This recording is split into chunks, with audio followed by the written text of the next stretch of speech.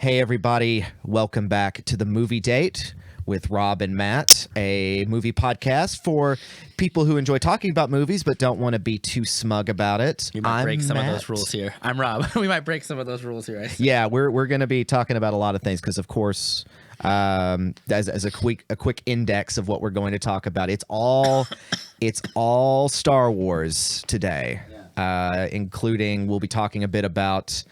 You know, Rob, I think a big Star Wars movie came out. A little independent movie. Yeah, a little small, film or whatever. And it's definitely not in any way a big conversation to have. No, we will be no having one's a talking big about it. conversation about it. And we'll be talking about the other concurrent Star Wars property, The Mandalorian. Yeah, we're gonna talk about that, baby. We're both caught up on The Mandalorian, currently streaming on Disney Plus. Currently ended its first season.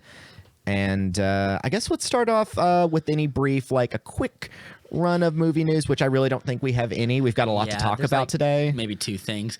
We should really just make a segment called "What Happened with the Snyder Cut this week." That's your we need a theme song for that. Another thing happened over Christmas weekend.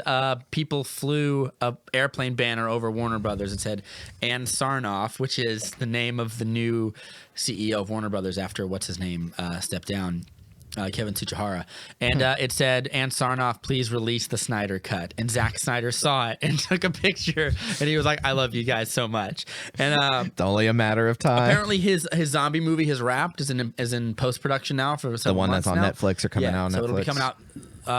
Will be coming out like in 5-ish months or something on Netflix. I'm excited to see it.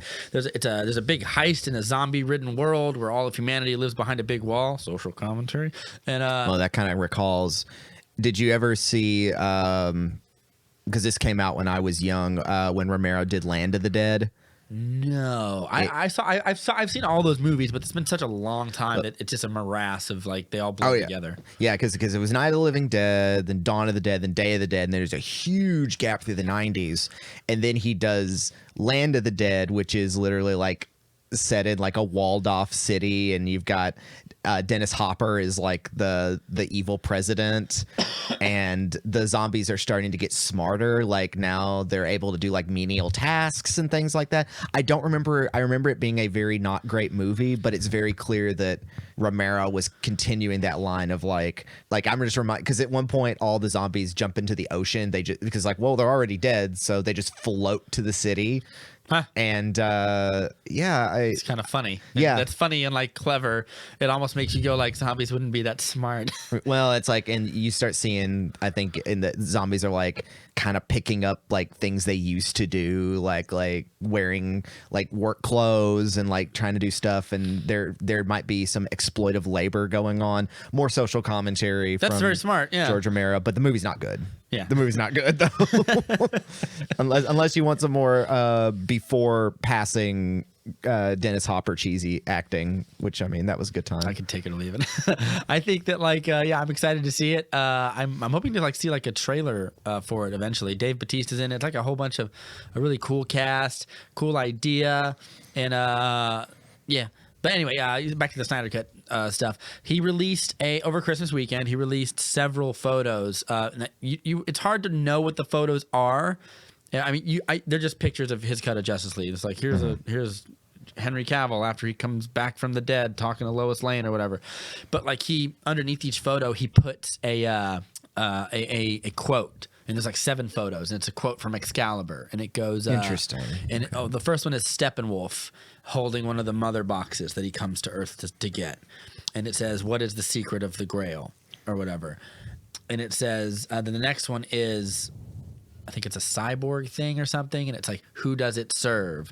This is all quotes from Excalibur, and then there's another picture of Cyborg. It says, "You, my lord," and then there's another one that says. I think it's Wonder Woman or something, and it was "Who am I?" And then there was another picture of the picture of Superman talking to Lois Lane. It says, "You are my lord and king. You are Arthur." And there's one of Ben Affleck as Batman, or in his Batcave, working on the Batmobile or something. It says, "Have you found the secret that I have lost?" and the last one is Superman after he's resurrected in his like the black suit and everything. The red and in the black suit. oh yeah, Yeah, and he because there isn't a black suit in the theatrical cut, but Zack Snyder posted that in his version he has the black suit. First, people were like, "Well, hold on," because we've seen behind the scenes photos of you, showing like behind the scenes footage of you with Henry Cavill, and he's in the red suit. And he goes, "Yeah, we changed it. My plan was always to give the studio the black suit, but I was going to change it in post." Or give them the blue suit, but I was going to change it in post to black. And to okay. So it wasn't a reshoot; it was just no, a it was just a color change. Yeah, and it looks like it looks perfectly normal. Like you wouldn't even know that it was like color corrected, as far as I'm concerned. And then the last thing is like him as he comes out of the scout ship again after getting his suit, like he's Superman again, and it says. Drink from the chalice and be reborn. You and the land are one, which is like that's the theme of Excalibur. Is like Percival goes to get the Grail for Arthur, who's withering away, and the land is suffering, and he finds the secret of the Grail, and which allows him to get the Grail, and then he drinks it to Arthur, and Arthur turns back into like regular Arthur. And I was like, you and the land are one. Yeah, and I was like, some pretty cool images and stuff. Really nothing outside of that. I'm really at this point. I'm just waiting for like. When's the release date? I'm waiting. When's the release date? Show me some footage. When's the trailer coming? The interesting thing is some of the things that for the pictures that he posted were they were like leaked over a year ago as pieces of footage. Like particularly the Cyborg one is one where he's on the rooftop learning to fly. It's not in the theatrical cut. But it's like you see like this kind of previs CGI that looks really unfinished. But he shared pictures from that scene that we'd seen before. Interesting. That is finished. Someone asked him on online. Does the Snyder Cut? I'm tired of arguing with people online about whether or not the Snyder Cut has finished CGI, and he goes, "Does it?" And then Zack Snyder just responds, "Yes." so and put a note on that. Yeah, and another one, someone asked him, I'm tired of it's a different person, and he goes, there's been a lot of talk about like how complete your movie is it able to be released and all these things. Like, could you just answer really clearly for me? And in very uncharacteristic fashion, like someone asked, is this movie ever going to be released? And he answered very cryptically. He was like, ask Percival or something, reference to Excalibur or something. I guess it's yes, because Percival does get the Grail.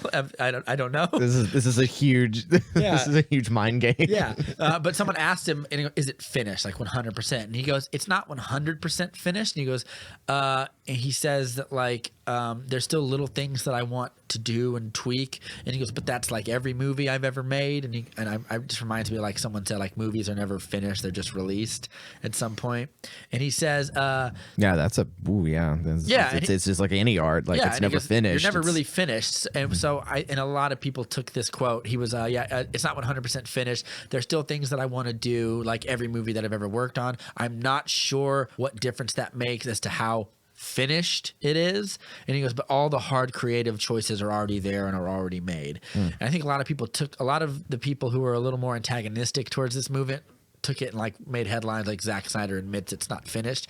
I don't think that's exactly what he's saying. I think he's just saying like it's finished enough to where like you could release it in theaters and people wouldn't know the difference. Right. But for me, like, oh, like I wish I could trim this edit back a little bit, or I wish we could try this take in there instead of this one. I think it's just like the little tinkering that eventually devolves into like any piece, whether that's producing music, doing comedy, or editing movies and filming movies.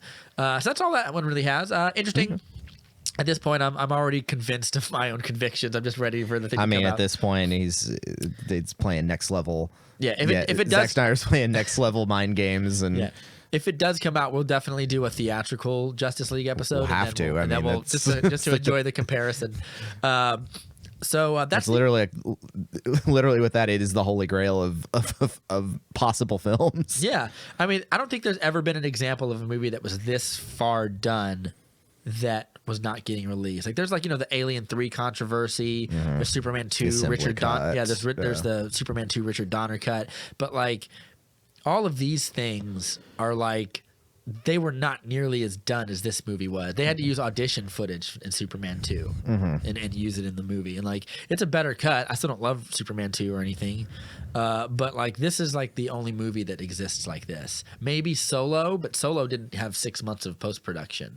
Like It just had a big directorial change. yeah, they were stuff. almost done with principal photography, and then the directors were fired, and that all happened. This Zack Snyder finished it and did like 6 months of post production. And it's essentially a done deal. Yeah. So between this, we know the CGI is done because he just responded to it. The score is finished. I don't like maybe like some sound editing or whatever. I don't know what else could exist to not be in the movie for it to be edited and completed. If it sounds like it's at 100%, then it's just a matter of distribution. Yeah, or it's like 97%, and the 3% is just like him being finicky over like, I don't like this cut to this. He has a weird face right here. Can I choose a different take? Well, I guess it's also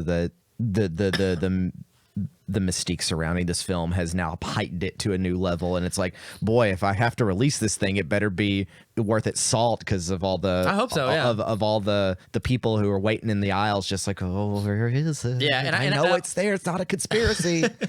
And yeah, in the Steppenwolf image where he says, "What is the secret of the Grail?" When he's holding the mother box, on the mother box is written 214, which is the length of the film, 214 minutes, which he's confirmed. He's confirmed like 3 or 4 times how long it is. So that's longer than Avengers Endgame by several minutes or whatever. Wow. Oh, wow. Okay. Yeah, so it's a big one, and it's like the theatrical cut is only 2 hours. So this is like 3 hours plus, and it's hardly any of his footage is in the theatrical cut. So like, it sounds like it's very drastically different. It's going to be a completely different movie then. Yeah. And yeah. So that's all the movie news I have. I'll let you anything else? Well, nothing at the moment. I think we're focusing on what we're about to talk about so much. And speaking of, I guess, of Henry Cavill, The Witcher just dropped on Netflix. I've been watching a little bit of it, and I haven't watched any of it yet. I've been meaning to. I hear it's slightly rotten on Rotten Tomatoes, but just a hair. It's got like a 58. Well, it's got a lot to live up on. The game series is very popular. The novel series is very popular. Did you ever read any of those? No, I never read play any of the games. No, I never did either. Yeah. But I like this world. Cavill's great as Geralt of Rivia. Yeah, someone posted a funny meme where it was like Daenerys Targaryen and his picture of Superman, and it was like equals, and then equals, it shows and him as Geralt. It's him as Geralt. Yeah. That's all I've. Yeah, I've only watched the first few episodes, and it definitely is. I like my high fantasy to be a little darker, a little not edgier, but a little more grounded. I guess that's why Game of Thrones appealed to me. Yeah. Was I was like, Tolkien-esque large high fantasy is kind of daunting and turns me off a little bit. Yeah. But if you ground it in some kind of, I mean, maybe a little edginess, maybe a little subversiveness, then I'm kind of more engaged. Yeah. And I can tell this is what the Sapkowski books and the series, because the game series has been extraordinarily popular, and that's what most of the series is based on, the books instead of the games, and so it's living up to a lot of that expectation from a lot of different points of view. Yeah, and it's living up in a world where, like, between Lord of the Rings and Game of Thrones, those two things are so big that, like, if you do fantasy and it's like it's silly or bad, people don't kind of stand for it unless you're purposely taking the piss and doing a parody. Then, like, you remember that movie Dungeons and Dragons with Jeremy Irons back in the day? But that would have put an end to the funny thing, Swords and Sandals forever. Yeah, the funny thing about Swords and Sorcery forever. The funny thing about that movie is that, like, Lord of the Ring, the Fellowship of the Ring came out less than a year later. Yeah. And changed everything. Yeah, like it just worked tremendously. Yeah, and it's like, if you do something like I don't think I think you're probably right. The Lord of the Rings is not terribly subversive, but it is like pretty subdued in how it uses its fantastical elements. Like, whenever Gandalf uses magic, it's not like a Dungeons and Dragons video game where you're summoning lightning and demons down. Like, it's just like, it's similar in The Witcher from what powers that Geralt uses. He's essentially just throwing guys around, and I mean, there's some more visual magic, but we're not doing high popular fantasy where people are throwing fireballs or casting lightning spells or things like that. It is more just like almost power of the spirit and power of the mind kind of stuff. Yeah, and I do think there's a market for like over the top fantasy. I think it'd be cool. Cool Yeah, to see, like yeah. Warcraft gave it a real go. Mm-hmm. It's not a great movie. I don't even know if it's a good movie, but like seeing like the little alchemy signs, like these blue glowing alchemy signs when they cast spells, I was like, oh, that's cool. It makes me think that you could do an interesting like dark Dungeons and Dragons game with like big like over the top visual effects and like I would love it. I would love something like that. If It's just you such a commit risk. to it. Yeah, you just gotta like commit. Talking about me diving a little bit into the world of anime for a minute, that'd be like adapting something like Berserk. Yeah. Like, and Berserk is something where it is a high fantasy world My friend loves that show, and I still haven't seen it. I need to. He speaks very highly of it. It's the most edgy. It is the most, because it's set in a very medieval. Isn't there a part where he cuts his own hand off? No, he loses his hand. It's kind of an Evil Dead situation. The main character Guts loses his hand and then replaces it with a gun. A cannon, really, and he's got a giant sword. It's so over the top. Yeah, but he kills everybody instantly. Like it's very easy for him as a warrior. Yes. Yeah. Well, he's mostly fighting demons because basically at some point all these demons got loose, and these demons are doing the most horrendous, horrible, disgusting, degenerate things possible to all these people. And he basically comes to a village and is like, "Oh, this thing's doing horrible things to the innocents," and usually it ends in tragedy. It's just a very cynical, kind of violent. But that's why you go into it, is because it's so over the top. Yeah. But trying to adapt something like that, like a tone of something like that, would be nice. I think Thrones is the closest thing to hit that because it's a little more violent. There's a series of novels called The Black Company. I've heard of The Black Company. By Glenn Cook. Yes. I have the first 3 downstairs. And that is, there was a list of like 20 books. It was like high fantasy, like 20, they called it like dark fantasy or like grim fantasies, like in the vein grim fantasy, I think is a good word for it. in the vein of Game of Thrones or whatever. And it was like the top 20 like dark fantasies or gritty fantasy novels before Game of Thrones ever existed, and his was like near the top. I've heard good things about that one. It is very. It reminds me a lot of like kind of like what we were talking about before we started rolling of like Gundam. Is it's told one thing that's interesting is it's told from first person. Okay. It's told from the Black Company is a storied. Like take no shit, no holds barred mercenary company, and they're very like they're very sort of revered for their not ruthlessness, but their efficiency. When they get a contract, they see it out to the end. They're like a spec ops group. Yes, but they're sort of down on their luck now. Their membership is at an all-time low, and they're not. There's a feel from the opening words of the novel like we're not what we once were, and like it's a. There's all sorts of great colorful characters. If you love like this kind of fantasy, I might even let you borrow it because that does sound fantastic. Kind of my thing because I also like. There's a character in it called interesting, quirky groups and things like. And a lot of the characters don't even have names, and they have like nicknames, like because the guy wrote it in Vietnam when he was in Vietnam. And there's characters that he based it on where he was like he saw guys in his platoon, like yes, but there were people who he saw like not to get too R-rated here, go to like brothels where like there are underage prostitutes and stuff, and he thought like he was like it's weird that I'm in a platoon with like some of my best friends, but also people that like if he got pushed in front of a bus, I wouldn't really care. Right. It's just he even says that like there's a character in the opening 30 pages of the movie it's told from the point of view of a character called Croker, who is the medic / the historian of the group, and of course everybody does everything, so he fights and all that stuff as well, but as the historian he is responsible for whenever they want to try to do something and there's not precedent for it, they have to ask him. Because he's the historian, he knows the things, and there's a little bit of politics in there when he goes, "Could we break this contract? Could we ditch out of this thing?" And he goes, "Here's the precedent. 400 years ago at a battle of the Itliarchs or whatever, we did this, this, and this. So if you do this could cause this trouble." Yeah. And he goes, "But if this happens, so cool. but if this happens, maybe you could get away with it." Here's some loopholes to work. But there's a character called Silent because you never hear him coming. He's a wizard. There's 3 mages with the groups who like have magic, and like one of them's really good, one of them's okay, and one of them's like he's a criminal who just kind of learned a little bit. Just a couple of nasty spells. And there's like the opening. It's very horror driven. There's like a were leopard that gets loose from this tomb. They're serving in this city called Beryl, and it's an old, smelly city that used to be like this grand thing, and now it's this gross, decaying thing. And there's these huge tapestries on the wall that tower above them that tell you this old history. But the history in the textbooks are different because history is written by the victors of these great wars.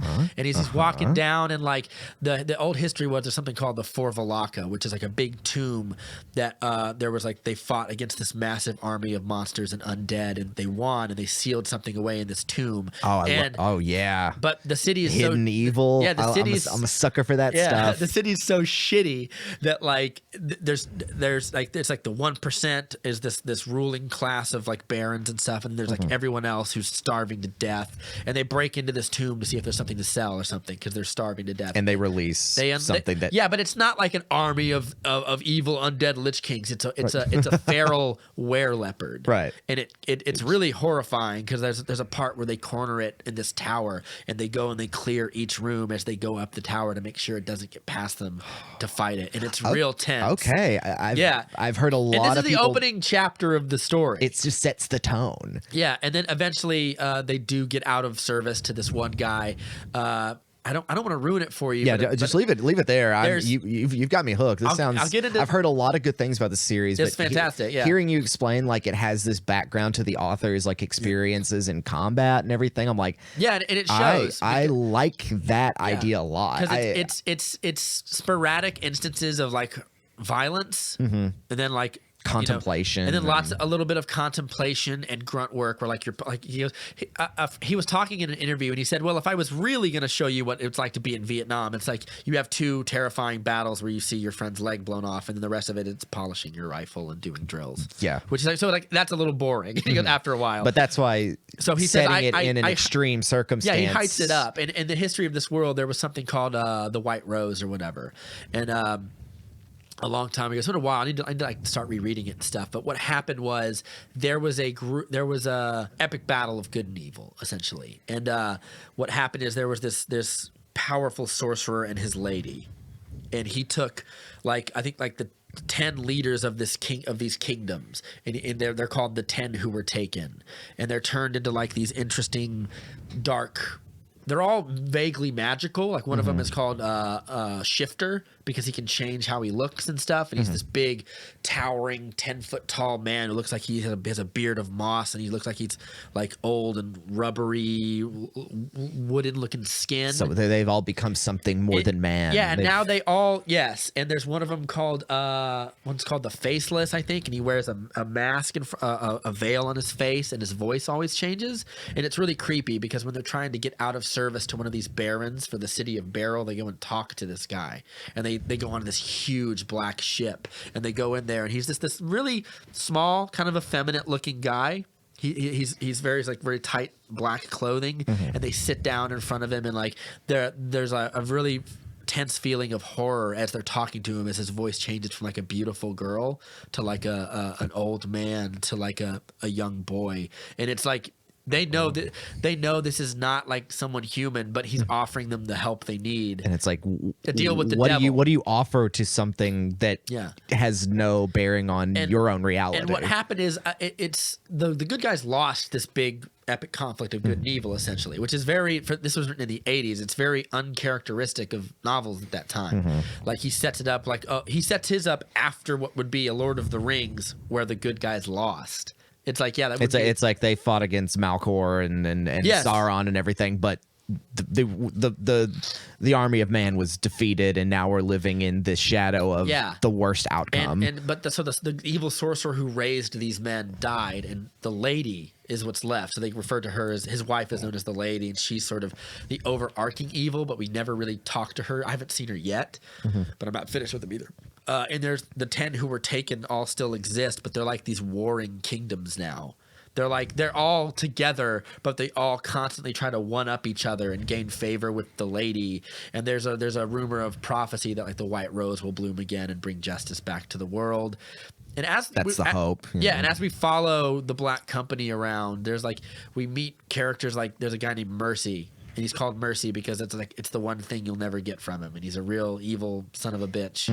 He's a platoon leader essentially in the thing, and you're in this world where, like, as they're traveling, there are rebels in this world who we would see as like the Rebel Alliance in Star Wars or something. They're resistance fighters, and guerrilla fighters. There's a part where they do things that you're like, well, that's not very heroic. And the captain, who's only ever called the captain of this company of mercenaries, kind of says, like, these are supposed to be the heroes of our story. These are supposed to be the glorious rebels who fight for justice. And he goes, we're not either of these people.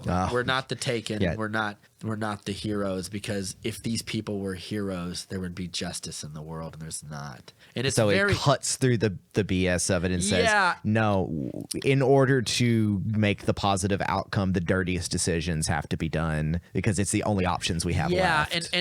At some point they're employed by some evil people. So like in a way they That's know a mercenary crew. Yeah, You're just, I mean, we'll get into that talking about Mando a little Yeah. bit about what that is. and we come to sort of understand that, like, I kind of buy what he says, but I'm also like, yeah, but if you chose to ally with the rebels, you would be a force to be reckoned with. So like his cynicism only goes so far, but it's really good, and it's great characterization. You meet new characters, and there's a part where they have to like when you're a mercenary, you go to a city for a contract and you stay for years sometimes. People build lives here. The main character Croker is like, I fell in love with a girl, and we got a small house together, and like she was like my part of my life, and the contract is over and I have to leave, and it hurts more than I thought it would. Wow. It's a lot of gripping character stuff. A lot comes at you immediately. Like a lot of stuff is like there's a lot of world building, a lot of names and history and stuff, and I just kind of had to reread the first chapter 2 or 3 times. Like, all right, there's this big tomb, and there's this guy, and they're in this city called Beryl. There's someone called the Syndic. Is he the ruler of Beryl? I don't know. And like after coming from a first person point of view, you're learning as much as your narrator gives you, which is kind of like, yeah, because he knows more than you do, and Right. he doesn't explain it. yeah, because he doesn't have to, because it's like I don't have to explain it to nobody because I'm only after- talking to myself essentially, But which I after- kind of like that. It limits what you need to know in the first place. After a while, if you just sort of like, whatever, names, cool, keep going, just read, muscle your way through it, that's when you start being like, oh, it kind of doesn't matter what the names are. And like it becomes just like an interesting slow burn tale of good and evil. And I'm not saying that I think I haven't gotten to a point where there's like a twist or a betrayal or whatever, but they end up serving as a mercenary army for one of the 10.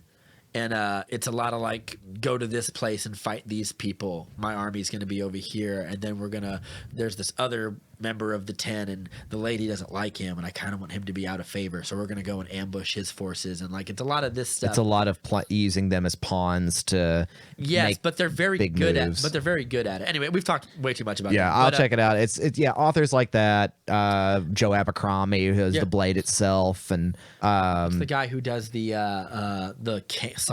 not Solomon Kane. That's the Robert E. Howard, but the big, like the big guy with the horned helmet and the axe, like Kane something. oh, are you talking not Conan? No, it's not. No. It's not Conan. Though but- Conan kind of comes from that world of dark fantasy as well. I'm gonna look this up real quick. I'll edit this out because I actually want to see it because it's very. And then cool. I also hear the same thing about like the what was it, Jim Baker, Dresden Files, Harry Dresden character also kind of borders that a little bit. Carl Edward Wagner created. This was one of the ones on the list as well. Y'all just link me that list. Oh, I didn't even remember. Okay, It looks like a parody of fantasy, but it's actually quite gritty as well, and it hints that it might take place in a fallen humanity, where we're thousands and thousands of years in the future, and we've devolved back into wars and feudalism and kingdoms, and there's magic and stuff. He's another one too that I read one of his, and I kind of liked it, but it's more about the action as opposed to the characters. But George Martin said when he was like creating Game of Thrones and stuff, like, who was he reading? And he was like, I read a lot of Glenn Cook because that's how good he was. So well, that checks out because the world in existence is cold and ruthless, and we're all trying to do our best or our worst depending on what benefits us, and sometimes those get us killed. Yeah, and there's some parts in the book where it implies like there's a child that like got raped by someone and the company killed a guy, and they don't have children, but there's this little girl, I forget her name, something adorable like Luli or something like that, who just follows them around now, and she's just like the unofficial team mascot. yeah, or something. And like they're a new recruit they bring on named Sparrow saves her, and the captain's very upset because he's like, I don't need because they attack another rival army, members of this rival army, to do it. Like they're on leave or whatever, and he goes, now we're in trouble because of you. And like it's weird because he does something moral, and the leader of this company, it's seen as inconvenient. it's seen as like, what's your deal, man? Like, Yeah. Anyway, but let's talk about the man, or you're shepherding this episode. So, talking about actually going off that world into a universe that we're galaxy rather, that we're very familiar with, and that is also has a storied lore that has come out of. That is only a galaxy, isn't it? Yeah, you get a universe. That's kind of, they never talk about it as a universe. It's a galaxy far, far away. So we're going to that galaxy far, far away to talk about Disney's Mandalorian. Yeah. An 8-part so far, first season. We talked a little bit about it before. Yeah, well, it was hard to not talk about it. And I think last time we talked about it, we weren't fully up to date. We now finished the series, so we'll just do a general overview of it. Nothing spoilery till like maybe the later half. We'll talk kind of like favorite parts. Yeah. Or actually, I feel like at this point, everyone's probably who wants to see it has mostly finished it. Yeah, if you're here to just kind of get our general views on, we'll do non-spoiler and spoiler for like Rise of Skywalker. But I feel like we can do full. But we could just talk about this. Yeah, we one. did a non-spoiler earlier for it in a few episodes ago, so we're probably okay. I think. Yeah, and this is Jon Favreau is the showrunner for this. With Dave Filoni, who created Rebels. If I'm not mistaken. Did he make Star Wars Rebels? Which is, I've not watched any of the animated series, but they've gotten a lot of good critical. A lot of people want him to make a movie because he ran and wrote most of the episodes, directed a few, and he directed some episodes of this as well. Yeah, I think I'm probably going to dig into Rebels. That's like Clone Wars. I was like, that apparently it was really good and the lore was really good and the storytelling was really good, but it's not a setting I like that much. But Rebels is a little closer to my Go online and see if you can find like a gets rid of the filler episodes like a plotter list. Yeah, that's what I do with Naruto. I can't sit through all those filler episodes. I mean, good luck to you. Yeah. That's why My Hero Academia is great, because you get to like all the characters and there's really no filler. It's just kind of as fun. You don't have to do 100 episodes. Naruto would be a 5-star show if it wasn't for the filler. You got this is a slight tangent. We can edit this out, but I compare my feelings of Naruto versus something like My Hero Academia as the same way I feel about The Office and Parks and Rec, which is I don't like either Naruto or The Office because I don't like any of their characters, and I love Parks and Rec and My Hero because I love all these characters. Really, you don't like any of the characters in Naruto? I watched like the first few episodes when I was young when it first aired, and I was like, I don't like any of these people. Oh, you got to stick with it, bro. I know. I don't care. It's not worth it now. It's kind of like, well, it is though. There's plenty of other shonen series to check out. There are once you get into Shippuden, when he becomes a teenager and he's like, you figure out like things about like the other Hokage and like all the you figure out like Kakashi's era. Where I know some of these characters, but I lost favor of it. Yeah, really you fast. see like their brutal history of like the ninja war they were in, and like how they became legends, and it's like it's quite grim and sad at times as well, because like there's a part in one of the first episodes where Kakashi is training Naruto, Sasuke, and Sakura, and he trains them at this place, and Sasuke gives him some sass and is like, well, what do you know about it? Like you're already a incredible like ninja warrior and stuff, and you and your friends are already incredible. And he goes, I don't have any friends. And he goes, all my friends are dead. Yeah, it's like I just have these kids to take care of. Yeah. Like everyone else is gone. And they do it he trains them at this big monument where all the people that died in this war lived, and he goes like, all my friends are on this list and whatever, and like what few of them I have left, and he goes, they're in worse shape than I am, and by the end of when we get like 200-300 episodes into Shippuden, a lot of them are dead. So like there's this really nice symbol of passing the torch to your next generation. Well, that's kind of like this new series Boruto is literally that too, because it's like these characters now grown up and they have kids. Yeah, which I hear mixed reviews on that. I'm like 50 episodes from the end of Naruto and I just haven't finished it yet. Apparently Boruto's a little lighter in tone and like, which I think would be negative because the darker stuff of Naruto and stuff is what makes it kind of good. Well, that one makes any of these series better. Same with Hunter x Hunter or anyway. So Mondo. Mandalorian. So we just finished the series. Yeah, literally, I And did it last night. I did it last night as well. I think after I watched it, I texted you and just said, I hope you're going to watch this because it's great. Overall, this was the first time we've seen something really like this where we have a live action, full produced Star Wars series. Yeah. As what we would quote, we can't call it that anymore. I think it's because of television changing, but a primetime series. Yeah. Like if this is pre-streaming, this would have been I don't on know like if this show, ABC or something yeah, like that. I don't know if this show would have survived in that environment. Maybe. I mean, it's Star Wars. It is Star Wars, and it's very accessible. But it's like that's the big thing about it is this its show accessibility. This show couldn't live in a 23-minute episode world.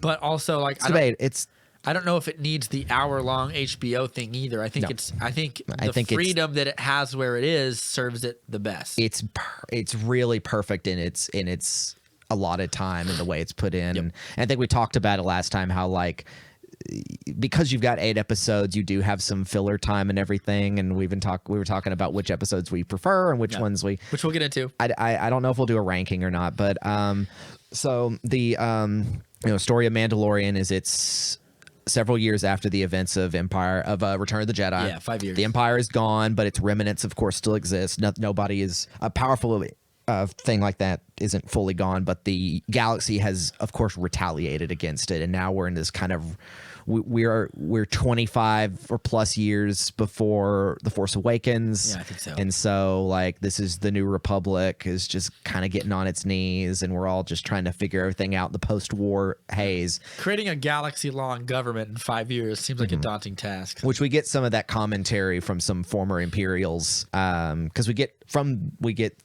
kind of we're away from the big hero stories, we're away from the big things, so we get a gruffer kind of veteran look at things. Like I like when Mandalorian the character is called the Imperials imps.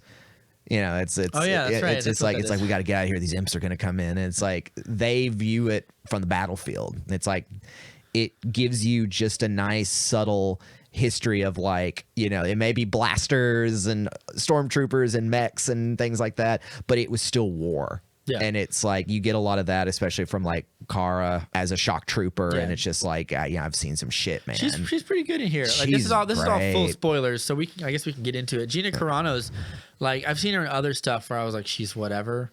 But she was she in Deadpool? She plays Ajax's sidekick. Yeah, because she's good in that, and she's good in that. But she's been in some other stuff that I was like I just didn't care for her in. It's just really stilted, rigid acting. Here she feels a lot more sympathetic, and I don't feel like they're trying to like she was kind of an MMA person. Look how macho and powerful she is. They give her a little bit of that. They give her a little bit of that because she is kicking some ass and kind of living lawlessly. And which is my least favorite parts of her. My favorite parts is just when she's like just a nice person, and like when the Mando is hurt, she seems really distraught. And she's like, "We're not going to leave you. We're not going to leave you." It's you got to build that when we don't leave a man behind, sort of thing. Yeah. But I think both of our expectations were through the roof, so we don't have to talk about that. I'm going to talk about the things I don't like about this. Yeah, go ahead. Yeah, what's there's a couple of times where Carl Weathers talks about like what's the name of that planet that Carl Weathers lives on? The one that said that Navarro or something. Navarro. Yeah. And he says like, "Come on, it's a great planet." Is it? It's a giant lava scape with a town. It might be. It might be a great place for a bunch of like scummy bounty hunters. Like for us, it's pretty nice. I don't even feel like that's true. I feel like a big giant city where you can blend in. Did you catch in the last episode after all the events that happened? He says you've gotten rid of the scum and villainy. Yeah. And I was just kind of like, okay, I get it, but probably like I caught that reference. Yeah. At the same time, I'm like, not really. I mean, you're still gonna bring in bounty hunters, and not all of them are as like golden hearted as good old Mando. Yeah, which leads us to like we'll talk about a positive real quick. One of the things I like about this show is Pedro Pascal as we get his name finally, Din Djarin. Din Djarin. Yeah, and he is quite a noble character, much more so than I thought he initially would be based on the trailers and the tone of the trailers and stuff. I was very surprised at how much he never does anything that I'm like, I wouldn't do in that situation. Right. He never kills anybody who I'm like. First of all, he kills very few people. Yeah. Aside from like a couple of. He kills stormtroopers, which is what they're there for. Yeah, they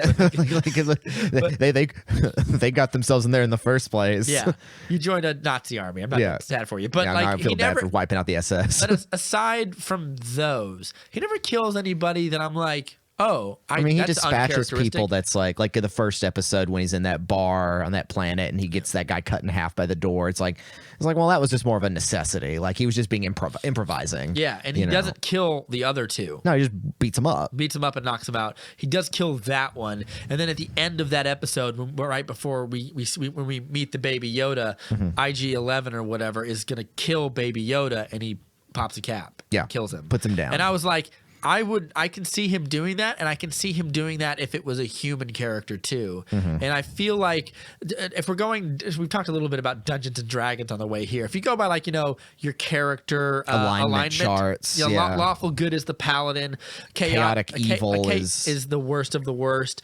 Like your true neutral. Lawful neutral is like a guy who is like a soldier who always follows orders, but he might he might throw down arms if it's not morally it's almost the other way. It's like if his officer tells him to like wipe out a village, he might do it because he follows his orders. Chaotic neutral is you're a madman and you don't believe there's any order to anything. Right. Then there's like lawful neutral or lawful good is like your paladin, and like chaotic. Yeah, we have a coda to follow, and this is what means. And they always do the right thing. Neutral good is like someone who is like lawful good, like a judge or like a stern minister of justice, but they might disobey an order to see something they see as evil. And the chaotic good is like is one of my favorites. Yeah, it's just your rogues, your scoundrels who in the end want the betterment of things but have no law they follow. Yeah, essentially. He's not like that. He's almost a lawful good. He's like neutral good. He has a code, but he breaks it.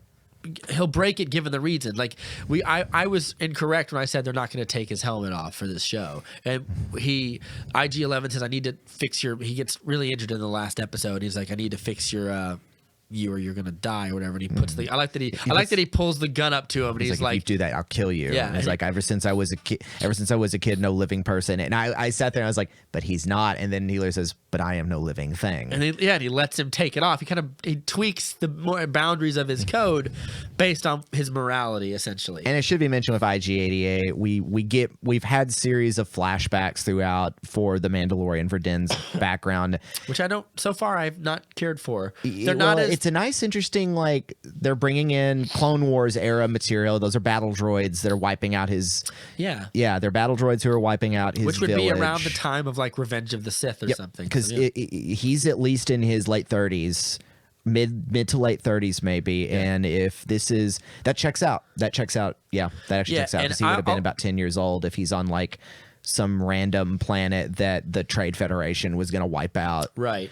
I also feel that a little side note. I'll get back to some negatives in a second. When he takes his helmet off, I like that he's not made to look super grim. He's just kind of a man. He's just kind of he's Hollywood. So he's a slightly handsome man. He's a great looking Pedro Pascal. Yeah, but he's like his hair is like matted and sweaty. He's got some blood all over his face. He got a wound in the head, and he looks exhausted and vulnerable. Yeah, and I like that about this guy, and it makes him like.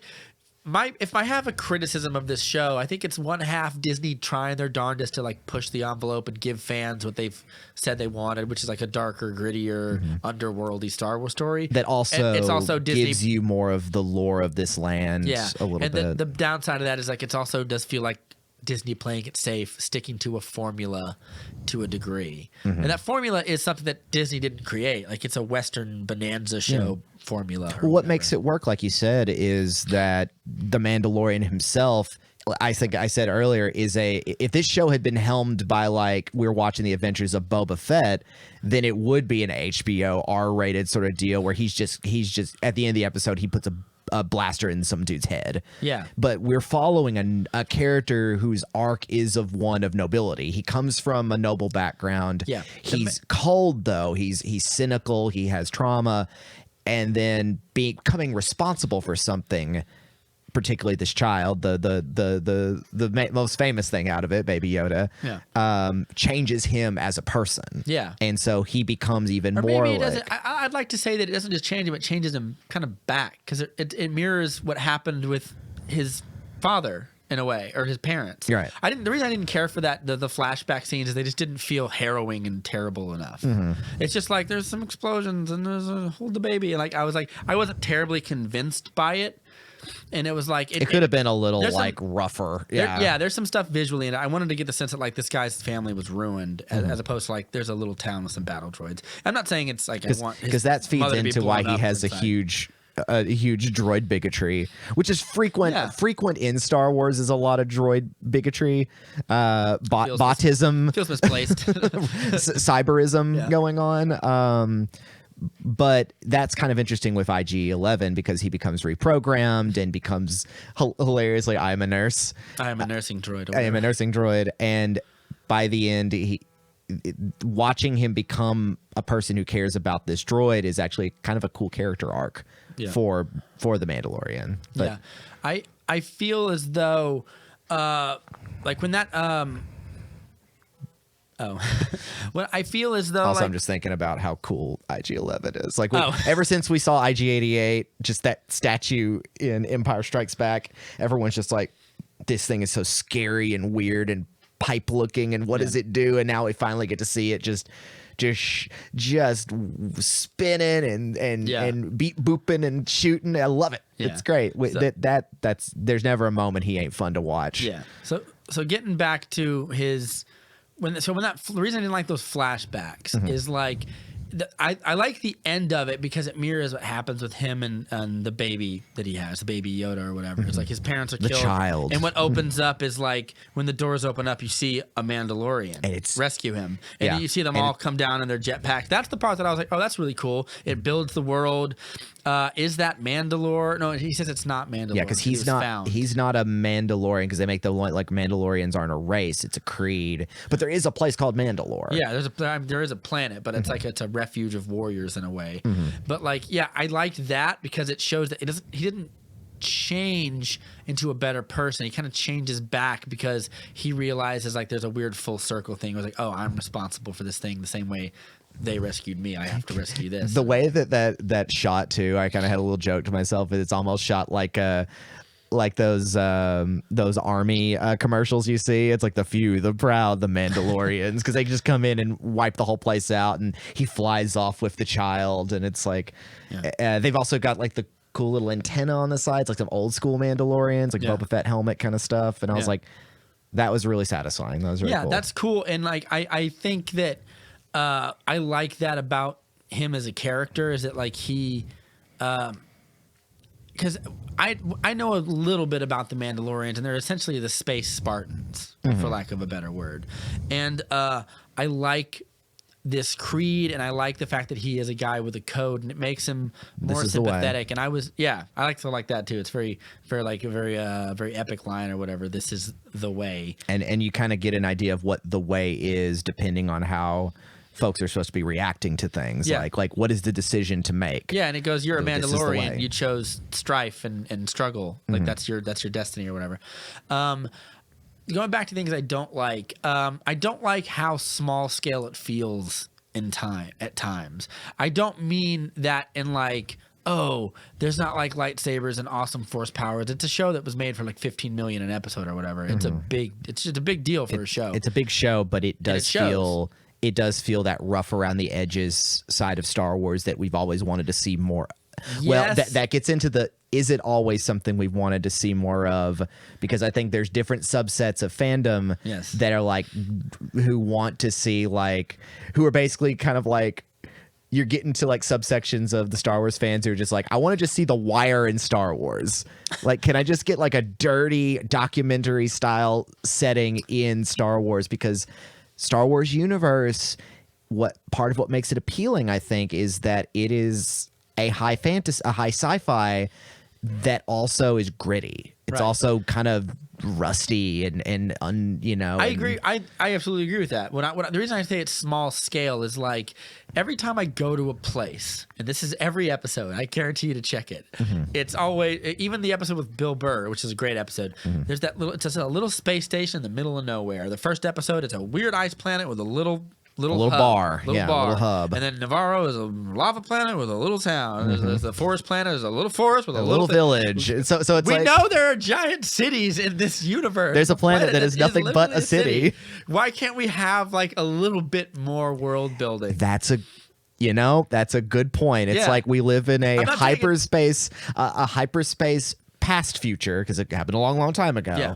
But it's why aren't there more cities? Like And, like, where- it's like the joke that they make because Bill Burr is in one of the episodes. Bill Burr being in it means there has to be a space Boston. Yeah. Well, yeah. Why aren't there more metropolises? Everything is so like everything looks just like Yeah, like the Vietnam thing. They all just look like little villages, little huts. when you hear Mandalore described in like huts. Knights of the Old Republic or whatever, or like any of those video games, like one thing I did is I've never played Star Wars: The Old Republic, but I watched those epic trailer cutscenes. Yeah, I played KOTOR, but I never played Tor. Yeah, it's the they had these 3 epic trailers for it and stuff, and I was like, that's what I want. That looks incredible. And then the game looks like Diablo, looks like Dick or whatever. But one of the things they had is they have a grand history where a guy, like an old Jedi master, reads you these histories with these epic art that they made to show this little stories, and he just gives you history lessons. And one of them is about Mandalore, and they have this giant Roman like Colosseum where the Mandalorians did battle, and it's like it feels epic in scope. And I was like, whereas this feels small, and I'm not saying everything has to be dialed up to the 11th, like the opening, Like of a certain Revenge. movie we're going to be talking about. Yeah, or something like that. I feel like I want like here's a great example. The last episode, the guy comes in on like one TIE fighter. And it's supposed to feel extremely like epic or whatever. It's It comes It's down- Giancarlo Esposito. Yeah. It's Gus from Breaking Bad. It was really good. I liked him. He's so terrifying. Yeah, and like when- he's so good in just little parts because he's such a good actor. But yeah, like it's just like him and a bunch of nameless stormtroopers in a nothing town, and I'm like, I don't know if the show wants me to be like, oh, it's the story is so epic, but it feels westerny and small, and there's saloons. Every town is a saloon kind of thing. I think you hit the nail on the head a think little they bit want of that. what this is. Yeah, but I'm not saying it's necessarily terrible, but it did leave me wanting like, why can't he go like on a manhunt in like a big city where we can see more aliens? Well, probably because that costs more money. Yeah. For the alien prosthetics. There's a lot of good prosthetics, but you only see like 2 guys. Are there? There's a couple of good. Well, there's a ones, couple and there's people who couple- are just with makeup on. And They there's a just couple got ones makeup. that look bad or Yeah, whatever. It's like I think of the 3 bounty guys who go with Carl Weathers with Grief Karga to go pick them up, and it's just like a couple of guys with some weird helmets, and one guy's got like Mouth of Sauron teeth. Yeah. and it's just like, yeah, just put them in some whatever. And I was like, it's those look cool. Come up with better like. I get it. They're trying to remind you of like, oh, you remember the first time in New Hope? There's the horned devilly looking guy. We got some of those guys here. There's a Devorian or Yeah, whatever. there's a Darth Maul alien. Yep. That Gina Carano fights. Those are cool, but show me some new aliens that we've seen. That's one thing about the prequels I like. that's We got also the thing new is weird alien looks. We've got so many already. It's like it's a nice little like thing to work with, but making more becomes kind of like, oh my gosh, there's you've got a whole universe to play with. 9 movies of different aliens that have popped up, and it's like, I guess we could just pick any of these, and that's why there's so many just like the guys who look like Bosk, the little lizard dudes, Trandoshans, and all kinds of other monsters, because like, well, these make good. They're humanoid. They're easy. They're good orcs to kill. Yeah, they're good orcs to kill. It's like you could put some prosthetics on them or put a nice mask on them and just like have a stuntman play them, and we can get this done with. In fact, even on the first episode, he goes to the planet to get the baby Yoda, and it's a desert planet with like one compound. Yeah, and also the compound that he's taken there, all the guys there are just Look the like same, yeah. They're all just like either Devorians or some other kind of just rando Clatonians. Yeah, I think that They're just all the dudes that were hanging out on Jabba's sand barge that they could beat up and throw in the Sarlacc pit. right. And I think what it is like the show does a great job of like it gives us some really good core characters, and it gets their characterization spot on. Particularly Pedro Pascal is really great, and I think that like it does some pretty decent world building. I wanted more of the Mandalorians. I think saying that you killed them all off is a mistake. Although they do say some got away, I would have liked to have just not even recognized. Maybe he just gets there and like everything's gone. He's like, they're all gone. They're not here. Yeah, but there's and then like she just walks out. Right, because the armor is also a really cool character in this as well. Yeah. I just said that her armor is something I would want on Dark Souls. Yeah, because who would be able to kill that many Mandalorians? They seem like they take no shit, and those stormtroopers are not taking out like 30 Mandalorians. Well, I mean, on talking about the last episode, you do get an absolutely I think I rewound it twice to watch it. Is the two scout troopers at the very beginning, Jason Sudeikis and punches the Adam baby. Pally, I think. I can't remember. Yeah, and they're having what you also have wanted, some people have wanted, which is just stormtrooper dicking around. Yeah. And, trying to shoot at a thing. Like, Yeah. God, we're so terrible at this. and they're just like, should we go into town? And it's like, no, the Moff is down there just killing his own dudes. He just It's like, killed the man who talked back to him. Or it's just like, well, this seems really bad. And it's like, yeah, but this is how it is because we're just disposable idiots, essentially. Yeah, no kidding. Which is, IG-11 really hammers those dudes. I loved it. Yeah, he also picks up that one dude and just Just beats it. mercilessly. I was almost a little uncomfortable. I was like, Jesus. Well, it shows you just like, all the lore surrounding the IG droids that's in the Legends now, that's not canon anymore, is that they are the most like just ruthless, cold murderers. You tell me any. I think we can. Tell me some of your negatives and then some of your positives, and then we'll wrap it up and move on. I suppose as far as like, I don't really have that much in ways of negatives. It's just maybe there's like a couple episodes that I didn't care for as much, like that I wouldn't go back to. I think we were talking like listing the episodes off. We have 8 episodes to work with, but one of the lowest for me would be the Gunslinger, the one where he goes to Tatooine.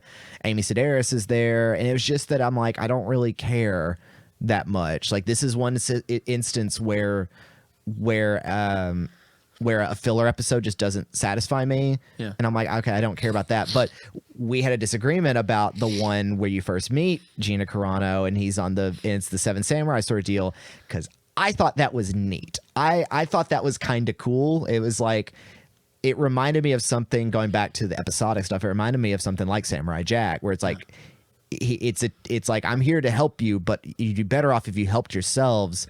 And it also shows a group of people dealing with something we, as fans of Star Wars and as who have seen the big heroes, going up against, at STs and AT-AT walkers all the time. But the reality is, if you're just a bunch of civilians, one at ST is terrifying enough. Those things can wipe out an entire village. That's true. Meanwhile, we watched, Chewie and all the Ewoks just throw logs at them. Yeah, that's true. Yeah, but for regular people, that thing would be a mass murder device. So it's awesome to see that. To be fair, it does kill a lot of Ewoks and stuff. I think it's pretty scary in that movie too. Right, but you see them get wiped out pretty regularly. The reason I don't like that episode is because I felt like there's a way to do that episode and also not make it feel so disposable. Because at the end, it's like he leaves his planet last episode. And he's like, I'm on the run, baby. And he's like, I got this kid with me. And then he's like, he gets on this planet, and then he's like, the next episode, he's like he's kind of on his way back. Well, it's also kind of, I think in that episode, you get a moment of maybe this can just be what my life can be. I'm no longer allowed to be in the guild.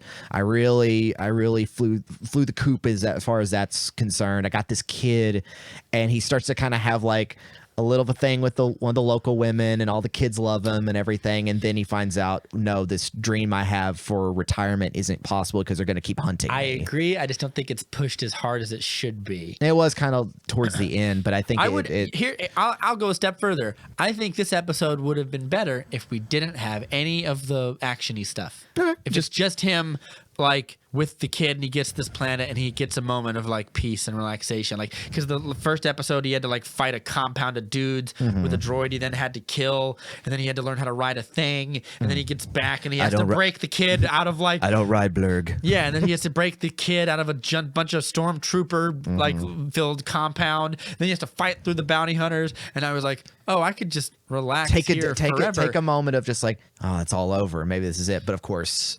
And I think that would have been better. Like you could fill that episode with more history of the Mandalorians, history of his past. I think that would have been better. I think the training these guys to like fight these bandits or whatever just kind of fell a little flat to me. It was not this parts that I'm like, it's not that I didn't feel anything watching the action happen. I was like, oh, that's cool. There's the part where the sexy woman he likes shoots the targets and she's really good. And she's really good at it. Or it's the whole like their weight. You see it's red. The red eyes of the ATST just coming into view, and they're like, we got to make sure it gets in that mud pit. You know, it's that guerrilla fighting sort of deal. Yeah, that's all good. I just felt it was the weakest episode of the series for me, but you disagreed. Which was the one you didn't like. Well, I think the Gunslinger, just because it's like you're kind of alongside this idiot. Well, it reminds me, and I don't know if I talked about it on this episode or not, or on another episode, but talking about what I think would have been better for the Gunslinger, because essentially he goes to Tatooine,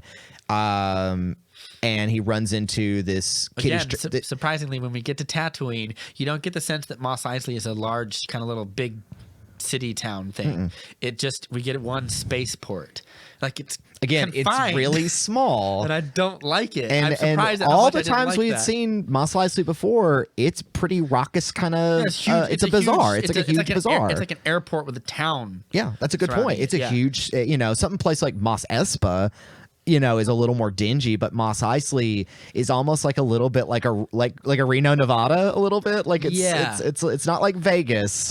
But it's because Navarro is like, it's a town that's like maybe 100 yards wide by 100 yards, and it's mostly run. Whereas Mos Eisley feels like where we are right now. Yeah, a sprawling rural city, like a Kansas City sort of deal. Yeah, like not quite a Chicago or something like that, but maybe like a Kansas City or a Memphis. And I felt like that, and I was like, but in that episode, it just feels very small. You're right. It is very spare. I didn't love that episode as much either, partially because. Like, didn't he get that lady to fix his ship? So he kind of doesn't need to help this kid track down this lady. Yeah, it has no consequence. Yeah, like there's really nothing to it. Like it's like, oh, we have to hunt down. Who's the actress? Ming Na, and who's a really classic, awesome actress in her own right, and is able to kick some ass. Agents of S.H.I.E.L.D. for a long time now. I felt that. Well, what this episode reminded me of was there's an episode of Cowboy Bebop where main character Spike is on a thing, and he runs across this kind of annoying young guy who sees him fight some other bounties using Jeet Kune Do, and he's like, "Oh, teach me how to fight. I want to be like Water, man." Yeah, and so he begrudgingly helps this kid, and he's like, "All right, fine. You just have to be like Water and everything." You come to find out he's a bounty as well because he's trying to get this thing for his sister who has blindness. Yeah. Also, very sad episode. Exactly. Sadly. I think this would have worked if this little bounty hunter kid had been more like that. Like, yeah, I'm doing the wrong thing, but I'm doing it for a reason. And he's like, I have my reasons to do this, but I'm not a bad person. He just turns into just like, he's a selfish little jerk who Mando kills, like just shoots in the side, and we never hear from him again. And it just feels like, I'm like, I would have liked if there had been like don't live my life, don't become this. And he's like trying to save this kid from being part of this, and he's just like, oh, you betrayed me, you're dead. Slight missed opportunity. I do like the fact that it shows that he will kill someone who gets in his way like that. Again, talking about also at the end of the episode, we see someone go up to Ming Na's corpse, and nothing that's going to be a second season thing unless that was Moff Gideon, but I have no reason why it's Moff Gideon. Don't we see at the end of the Foresty Seven Samurai episode the same thing happens? I don't remember. Does someone come up to the bounty hunter corpse or whatever? Maybe. I don't recall. Yeah, it felt like a plot thread that wasn't followed through, but it could be done on purpose. Yeah, I felt kind of the same thing. I guess the thing that I liked about it was that it felt a little more entertaining, especially when they're tracking down Ming Na, when he tells the kid "good distraction" or whatever. When he's they are having some fun, like teaming off of one another. But then the kid just turns into just a selfish jerk and then gets killed, and that's it. And it suffers from the same problems that I felt the last episode did, inconsequential. I don't mind filler episodes, but you have to fill it with history and background and lore of what this guy is. Well, that goes to we were talking the Bill Burr episode, as we've just called it, because it's just great that Bill Burr's in it. That's a great episode. It's a really great episode. It's getting the gang together for a heist sort of space deal. all around you in a teeny tiny port. Station. You've got Mark Boone Jr. coming up and just like, hey, Mando, I know you. I'm gonna get you with my guys, and it's like it's Bill Burr, and he's what, Mayfield or something like that. Something like that. He was a Imperial sharpshooter. Yeah. and then he makes fun of him, and he goes, "It's not saying much." And he goes, "I wasn't a stormtrooper, asshole." I wasn't a freaking stormtrooper. And you get he has a past with these people. You get Clancy Brown playing a big old Devorian. I didn't recognize him. That was Clancy Brown. Clancy Brown, man. In that, I was like, that dude looks so familiar, and it's the voice. It's the Lex Luthor from it's Justice Mr. Krabs. Yeah. It's the Krugen from Highlander. Yeah. He or looks fucking Surtur from Thor Ragnarok. or the He gets around, that guy. Yeah, doesn't he's he? a great character actor, and he's good in this. I don't remember the actress's name, but she's the one who plays Tonks and also the Wildling from Game of Thrones. She's the Twi'lek. Yeah, I know who you're talking about. And she's really great and just kind of nasty in it. And essentially, it's a heist, rescue the guy from the prison ship sort of deal, and it's a fun little thing. is. And of course, Mando gets betrayed. You get to see him kind of using his skills to non-lethally take these guys out. Yeah, which they don't reveal to the end, which I thought was like, I was like, oh no, we're not going to get to see these guys again. I want Bill Burr in season 2 or whatever. And then at the end, Well, I was like, he locks them in the prison. Like maybe they'll break out and there's a blood feud or something. Because I love like, that. when you didn't see any bodies, I'm like, Mando's not killing these guys because he's outclassing them anyway. I would have killed Knife Lady. She seems like you can't leave her alive. Yeah. She's dangerous. But it's also, this is an episode of filler where you get backstory. You're like, oh, Mando, Yes, you used to roll exactly. deep with us. You used to be a real killer, huh? And it's this, and he's like, I don't do that life really anymore. And it's like, but do you? You're really good at it. Yeah. And he also get the droid that's Richard Ayoade. I don't know who that is. I know the droid you're talking about. Yeah, he's from the IT crowd. He's a really great, fun South African, Australian or New Zealand actor. Yeah. He was in the IT crowd. He voices the robot that's hanging out in the Curious. Yeah. He might plans to kill the baby. You don't like that guy. You don't like any of these guys. I like that Bill Burr's character is like this sharpshooter, but he's kind of when he's fighting droid, it's just do. Yeah, he's it's just, no style, just all. I like throw it that at he's him. got a little backpack that has like an extra arm, so he's like watch try his back. shooting. Yeah. And I'm like, well, it's pretty neat. That would be tech we He would have. also does he might do the best performance in the episode. Mm-hmm. Like he's funny. He's a little intimidating when he's like, oh yeah, it's like you rolled with them. He's like, oh, what did this guy get? And he goes like target practice and stuff. I like their interactions. I like the part where, again, to show his nobility, he offers to let the guard live. Yes, And then because there's Bill that Burr big goes- Mexican standoff sort of deal. And Yeah, they're all pointing guns. Like, And like, Bill Burr's reaction is very like, what? No, we're not. Like, and he gets prickly, and I think he's a low key good actor. And they point guns at his face. He like raises his voice, "Get that gun out of my face, bastard! get that gun away from my dad!" And it was really good. And he gets that wonderful gag. He's like, "What's under that helmet? Is you a gun getting under there?" And it's like, pretty good. thank you. I like that when it's a little cliche, but sometimes things are cliche because they're good and we like them. That's the same thing I say about this is overrated for a reason. It's because people like it. Yeah, and like when the lights are going down and it shows back up and the Mandalorian's even closer. Mm-hmm. And then Bill Burr knows he's there and he goes, "No!" he already knows. Crap. And I think that that's good. I like that to show nobility. He knows when people are crossing him and stuff. He brings just the waits guy for back. the right opportunity. Yeah, he brings the guy back and he clips the tracker to him. and you get some cool X-wings showing up, Yeah, and it's Jon Favreau and Rick Famuyiwa, who directed the episode. and also Dave Filoni, what the co-creator. Maybe. I think that is the other guy. Yeah. I think that is. It's 3 X-wing pilots. They just bomb this place. Again, it looks really small. Yep. Like this, just they show up and nothing's around them. And Well, I'm used to seeing Starship, like when X-wings arrive, there's other stuff around them, and it Right. looks so sparse. But it was pretty cool. It's, you have to get the usual like in cockpit sound effects. It's just the kind of low mumble. Just We have about like 45 minutes till we like 45, 50 minutes. So let's go ahead and Let's go ahead and change over. I'll say one last thing about Mandalorian. Me too. Dark Saber at the end. Pretty Dark cool. Saber at the end. I don't know really anything about that lore. So the Dark Saber, I believe, is wielded by like the High Mandalorian, or like the one who proves himself to be the most Mandalorian. And it's currently in the possession of Moff Gideon, So who either has he become is this. a Mandalorian or he stole it or from a world. Because apparently it's mentioned that he was with like the Imperial security forces involved in raids that have killed a bunch of people. Because he was supposed to be executed for war crimes, and he's clearly got out of that. Yeah.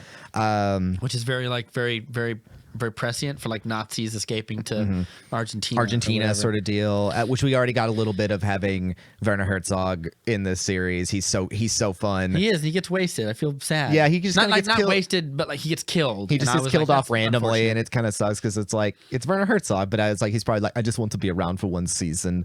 And of course, he has the great line that has been memed all over. I would like to see the baby. Long story short, I'm not going to do any ranking on the episodes. I think we're kind of talking, but for me, episode 7 and 8 combined is my favorite. I was very surprised. I don't usually find the last episode of a season to be my favorite. Yeah, episode 7 to me was not amazing. It felt very slow and like we're getting. I'm with getting you the on band that. back We're getting the together, band and then together. and then we're back with Carl Weathers, and he gets hurt, and they heal him, and it's just like a bunch of walking, and then it ends with a big cliffhanger thing. Yeah, where I thought it was fine. Episode where Nick Nolte's Ugnaught gets killed. Yeah, the ones that I liked the most for me were the last episode and like the first 2 episodes. Yeah, the last episode, it doesn't hurt that Taika Waititi directed it. Yeah. Because it definitely feels of a higher class. And then it is a great point early on. This show dispenses its information very well, where he's sitting there and he starts talking about Moff Gideon. Esposito is just sitting there saying, yeah, so let's see who's in there. We've got Cara Dune from Alderaan. So clearly you've got a reason to be angry. She's an Alderaanian who's probably her whole family died from the Death Star. Oh. You get Din Djarin, that's your name, and Disgraced Magistrate, Grief Karga, and it's like we kind of get a little bit of just background from these characters just from dialogue. No background from Carl Weathers, just a dude. It's so nice to see Carl Weathers doing this role. He's going to direct an episode next season. Good. Too. He's a little over. He's a yeah. little over the top as Grief Karga, but I've come to like it. Yeah. Everything's just like, Mando, how's it going, buddy? But I love it. It's like I love that. It's like a Lee J. Cobb performance or something. Yeah, it's big. It's big, and it reminds me of like Bonanza or something. It reminds me of those characters. Yeah, just a good to see old friend. And I'm like, well, he's sticking to it, and it works real great for Carl Weathers. Overall, yeah, they announced that season 2 will be fall 2020. Yeah, they'll be spending this year getting it all together. The show ends essentially with the journey. It's like you now have to Also, he gets the jetpack. He gets the jetpack. Which is great. And the jetpack agrees with him. IG-11 has the Terminator 2 moment where it's like. Where he's kind of John Connoring, like, I don't want you to go, and he's like, it's just like, I know that you're sad. I heard it in your voice. Not. And he goes, yeah, you are. Yeah, you are. You're feeling bad about this droid, and he walks out in that lava, dun dun dun dun dun, and blows up, and it's like, well, that was a good run for Taika Waititi. Yeah, as that it's character. good because he's too powerful. Yeah. When he's shooting around on that bike, I was like, there's no stakes here. Well, it's he's like wiping when out everybody. Mando's like, we need you. It's like, we do need you. You're like our point man. Yeah. But now they're kind of, Kara's staying there with Grief Karga, and it's like your mission with this foundling, this little force, because you finally get the word Jedi in it. The armorer says the Jedi. So the next season, I guess, we'll be finding out where the Yodas come from. Yeah, I'm sure fans won't be angry about that. Overall, I don't know why they'd be angry about this show at all. It's fun. It's accessible. Yeah. It seems to be something even the Star Wars fan doesn't have to know to get into. Yeah, the last episode gave it a nice shot in the arm. Let's talk about the big one. Let's do this. So let's just get right into expectations. I think both of our expectations were very high, so we shouldn't probably waste any time. In the first, heading to the theater to watch it, I was like, a euphoria began to set in. I was just like, this is still just something I really love and I'm excited to see, and and I've come to really have a lot of complicated but positive feelings about this particular saga and these characters. So yeah, I'm on the saga on the whole. I am still positive on for the most part. I'm gonna make a prediction as to like what you felt walking out of this movie, or like about the movie in general. Mm-hmm. I felt this movie is 3 words: clumsy, hollow, underwhelming. How right on a scale of 1 to 10? How right am I? So I think as I told you earlier, to give you an idea of how I feel about this film right now, I had an opportunity to watch it again yesterday, an opportunity to go see it with somebody and actually go see it maybe on the IMAX, big screen. It's meant to be seen like something like that, a big, thrilling, sound and visual. And the more I thought about it, I was just like, I don't want to spend my money to see it again. I almost feel those things. Not maybe underwhelmed, but whelmed. Very, very, very simply whelmed. Yeah. I'll bring up some positives real quick about how I felt. These are the positives because we're going to spend a lot of time talking criticism, I think. Yeah. I feel like, do you want to? I said we can do spoilers and non-spoilers. Let's do non-spoilers at first. Okay. Let's just kind of talk about our feelings about it on a general level. Quarterbacking. It is a fantastically shot. John Williams' score is exceptional. The visual element is great. The action is solid. The first half's kind of wonky, but once you get in the middle half, the pacing is really sharp. It's these characters you've hopefully you've come to love. Some people may not, but it's the characters you're coming along board with, played by the actors who have taken it so well, and you get you get this story in a big way. It's got these little moments that are really enjoyable. I got very emotional like 3 times in it. So at this put movie, a little asterisk by there so we can go back for that during spoilers. Yeah, because so essentially, as you saw, I laughed, I cried, I cheered, and I saw this movie. And overall, I don't know if I hate it, but I definitely don't like it. Yeah. And why I don't like it is going to be part of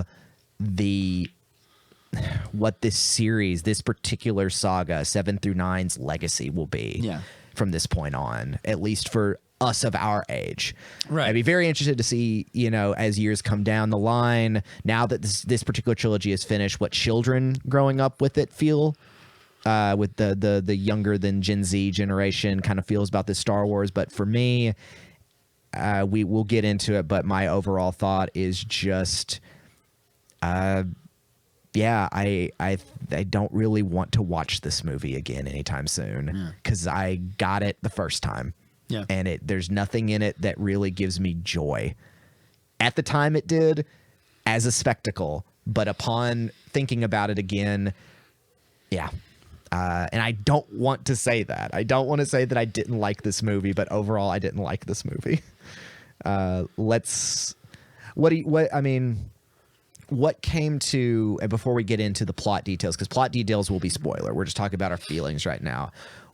What kind of came out for you that reached those 3 points of, because I noticed one of them isn't disappointment. Yeah. So it's more just placidness. I came out of this movie saying it's okay, and it's okay that it's okay. Yes. And I have soured a little more on it since I've sat and thought about it more. It doesn't age well out of the fridge, does it? It's okay, but I'm like, the big things is this movie, one, is a giant retcon. I have an imaginary sort of image in my mind of J.J. Abrams having ideas about what like an algorithm compiles all the things of what fans said on the internet of what they wanted to see in this movie, and then J.J. Abrams clunkily shoved those into the movie in ways that are mostly not gratifying to me.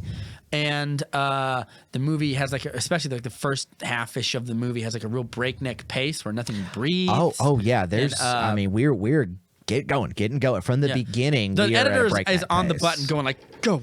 Go. Like, and I'm like, nothing breathes. It feels like you could either edit this movie down more or add stuff in that you took out. Because it's pretty long, too. It's 2 hours 20-ish. It's the shortest of these 3, I think. No kidding. Yeah. It feels longer. Yeah. And it's because we do a lot of jumping around. I think one way you can break down the Star Wars movies is every planet or every location you go to is an act, And in this one, you're jumping from planet to planet to planet to planet. And and we barely get time to, no one takes a sit. No one sits down and thinks about what's going on. Yeah. I think that what ultimately happened was, for me, I was like, one, these reveals, these twists, these answers to fans' questions are handled poorly. They're not particularly gratifying. And a lot of times he raises new questions that he doesn't answer in this movie, which I'll get into spoilers in particular. There are a lot of those. And they'll go from nitpicky kind of nerdy stuff to so big I have, thematic in my things. notes I wrote down bads that I care about and bads that I don't care about. That's fair. So I separated them, and there are ones for both of those. But like, I think a steadier hand on this movie would have a better sense of, I hate to sound smug, it's not what this podcast is about, but a better sense of filmmaking. Here's an example, and we'll get into spoilers real shortly, because it's very difficult to talk about this movie without talking about It is the spoilers. culmination of, because it opens straight up with something that was not in anything. Nope. There's so much in this movie that has no bearing on any of the other two. No, none at all. Yeah, it's just at the off to end the races in a different world. Here's a great example of great filmmaking, and with this, I think we both talked about how we feel about the movie, so we can get into spoilers. At the end of Return of the King, which is one of my favorite finales to a trilogy ever, it really nails everything it needs to. The Battle of Minas Tirith is happening. The orcs have battered down the doors, and Gandalf takes the soldiers down right to the gate, and he gives them this rousing speech. "You are soldiers of Gondor. Whatever happens, you will stand your ground." And the gates whack open, the trolls come, and 200,000 orcs come pouring in. And to their credit, the men don't run. They sit there and they fight until they have to retreat. They go all the way up the levels of the city, fighting each way. It's really like harrowing battle. Then rarely anything touches those battles, those big battles from the original Jackson films. And then what happened, depends on which version of the movie, extended or not. And then he is lured away, and he's confronted by the Witch King. His staff is broken, and just when you think it's about to be terrible, the sun rises. The horns of the Rohirrim sound. They emerge over the hilltop, and you feel a sense of awe and a sense of kind of relief, but the relief turns into hype as they have a big speech. The music swells up. They charge into the other army, and it just feels like all is right in the world. J.J. Abrams does that in this movie to nothing. This is my first spoiler. When all hope is lost, Lando arrives with 1,000,001 ships, and I felt nothing. I did not feel a sense of relief. No. Wedge Antilles is there. Yep. This is spoilers for everyone. Wedge Antilles is there. Cool to see him. Don't really care. I woohooed. But he's there. I thought it's nice to see him, because he said he's never coming back to Star Wars, and he came back. Well, he's also in one of these novels as well, like one of the novels that predecesses this film. Yeah. Wedge is a major character in it, and on the cover art, you see the actor who sadly I can't remember his name right now. Yeah. He's Ewan McGregor's uncle. Yeah. There he is in the background. I'm like, oh, so Wedge is going to be in this movie. But literally, he's just like, I'm going to sit down in this green screen, and I'm going to do one line, Lando. and that's it. Yeah, it just feels like there's fan service and there's fan service. This movie is a lot of fan service, and a lot of it falls flat. I'm gonna name some of my stuff here. Okay, we're gonna move at a healthy clip, just like the movie does. Keeping in the tone well, I'll give you real quick a good example of what this movie's going at. You hear what I'm saying? Is like they arrive and there's no tension. I didn't feel a palpable sense of relief. Another quick spoiler thing is this is during the big final space battle, and one character in particular, Greg Grunberg's character, Snap Wexley, who in the canon is also kind of Wedge Antilles' stepson. He, in the canon, like he's essentially like adopted by Wedge. He dies just before this happens, and it's like Snap Wexley gets shot down. He's essentially the Wedge of this series, aside from Poe, and he gets shot down and killed tragically. And then the heroics start up, and it's like, well, it just kind of got deflated there. Like one of the characters died, all hope is lost, and I don't really care that the big damn heroes arrive. Because it's a matter of a steady hand. You let the movie breathe, and when the Rohirrim arrives, like thank God. Right. And then after they save the day, they are greeted with a giant horde of elephants that they then valiantly charge against and massacre their whole army to save everyone. It's grim but heroic. Right. And I feel like J.J. Abrams moves at such a healthy clip. There's no room to let any of that sink in. No. Also, so like here's an example of like what I mean by that. It's like there's some death fake outs in this movie. There's like 3. Yeah. And they happen real quick and then they immediately take it back. As opposed to another example of how a steadier hand would have done this. Aragorn is thought to be dead in the Two Towers. He gets yanked over that cliff and it's like 30 minutes before anyone sees him again. We see him again. Right. But when the characters see him again, it's a like, thank genuine God. joy. Yeah. Whereas opposed to like, do we think Chewie's dead? Like, I just need to get into some of my bads here. Go ahead. I have bads that I do care about. It derails parts of The Last Jedi. Oh, well, that's a whole sidebar It's about. a first and hectic first act. It's super fast. The Emperor's back with a message we never hear from him. Like The dead the dead speak, but we don't hear that. we don't get any idea It's not of what this explained propaganda how is. he's back. He's back. And he's been pulling the strings from the very beginning. Yeah. Which is, not really explained. It's explained in like a cheap way that I don't think answers any questions. There is literally a part where he says, "I made Snoke," and it's like, "Oh, did you make him like you groomed him and everything?" No, it turns to and there's a tube full of Snokes. Yeah. And it's just like, Don't like that. like, okay, so this. I mean, again. If there had been any idea that that Emperor Palpatine had involvement at all, then this would have mattered. Instead, it's just like, oh, well, Rian Johnson killed off Snoke in the last movie, so now I have to make him useless. Yeah. And There's a way to answer these underwhelming- questions better. And it feels like the Emperor's back choice happened late in the day. yeah, I don't mind the Emperor is back. I love Ian McDiarmid in this role. He looks scary in the first half of the Yeah, movie. he does. He looks He's terrifying. intimidating. Like, again, going back, the good part of this movie is it's well made. It's not boring to look at. It is The first shot of the movie was that big red planet. I was like, that's a very J.J. Abrams looking shot. and Kylo Ren going in there in this giant upside down ziggurat. Like, it's really intimidating, and it's this Sith temple, and it looks and sounds everything like something like that would be. Yeah, so we'll go. Yeah. We'll go through some of these negatives. Here's my impression of like the first of like the plot being super fast. Kylo Ren gets a Sith thing to find him. Now we have to get a Sith thing. Here's a festival. Lando's at the festival. There's a ship where a dude that Luke was tracking had the Sith thing, who also holds the key to Rey's dark past. Chewie's captured. Now he's dead. Just kidding. No, he's not. We have a spy. The spy is Hux. Shoot him in the leg. Oh no, Hux is dead in a way that has no impact on the plot. Like it moves. Yeah. All that stuff happens so quickly that I feel nothing. And I don't care. Yeah, I don't care about Hux being a spy. And I'm like, that's like, I did cheer. I was like, oh, good. But it comes to no emotional impact. I even leaned over to you and said, he's going to die soon. Yeah. And I thought it was going to be, here's a way that, again, a steadier hand at filmmaking would have handled this. Kylo Ren comes back in his rage. He senses, I don't know, Hux's fear or something, and he chokes him to death. Right. Like with the Force or something. Or there's something more drawn out. Yeah, like he confronts him and like they're in an elevator together and he just interrogates him slowly. or and just figures leave it out. Ren out of it, and this new character play, Richard E. Grant, General Pride, is just like, I know what you've done, and you discover then that General Pride has a personal connection to the Emperor, and that he's acting directly to the Emperor, and it's like, no, you're also behind this. He's like, that's right, and I know you're a spy, and now you're not going to tell anybody, and he shoots him out into space.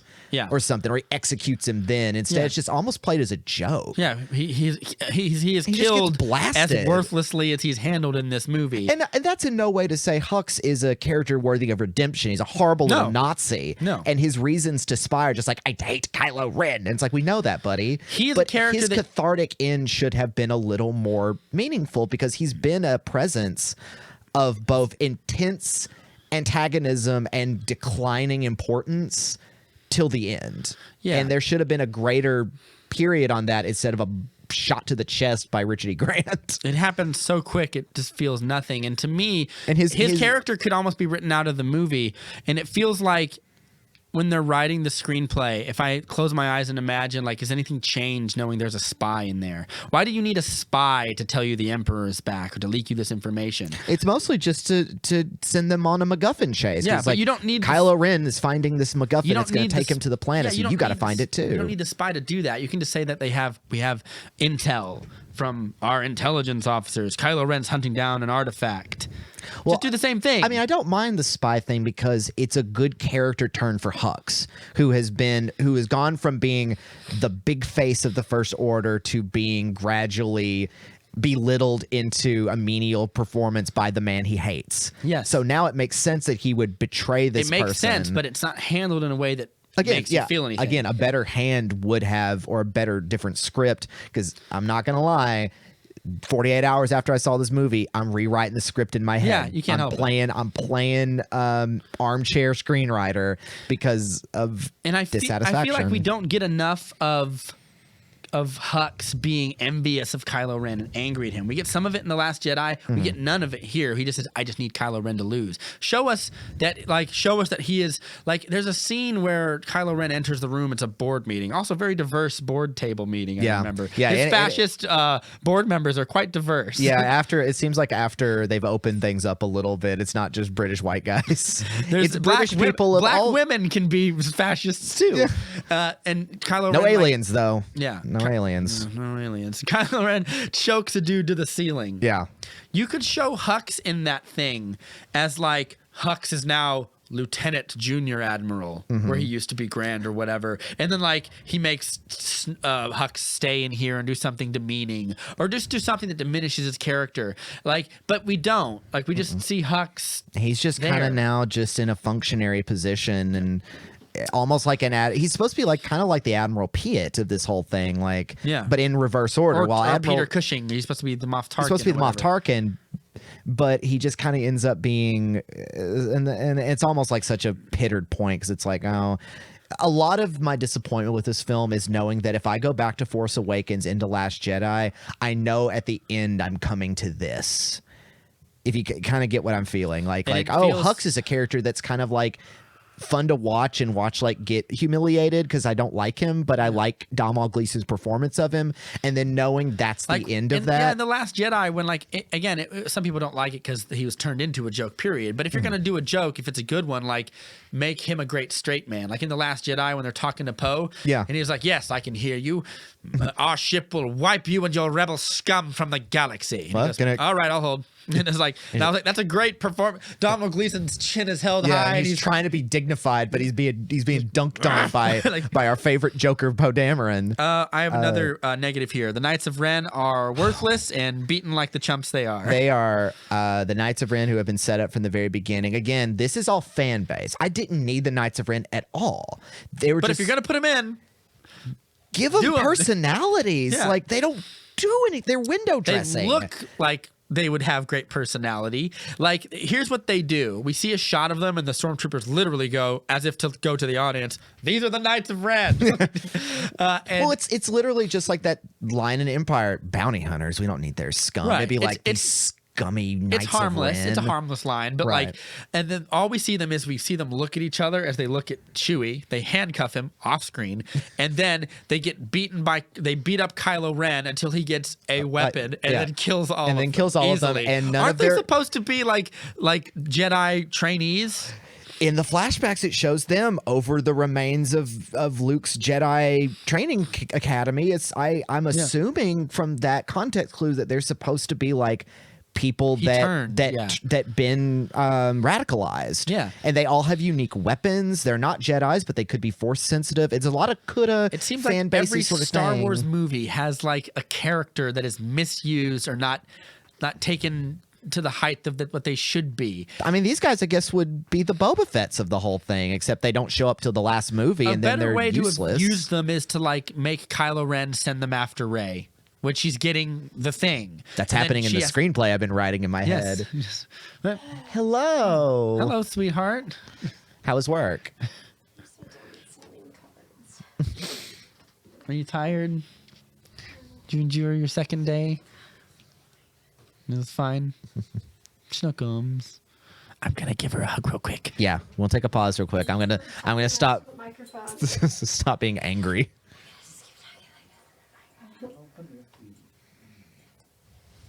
We're talking about We're talking about Last Jedi or here. Rise of Skywalker. Oh yeah. Also, I should mention I hate that name, Rise of Skywalker. It's clunky to Yeah, say, bad- and in the bad end, title. its theming doesn't really work. You're just now getting to the name.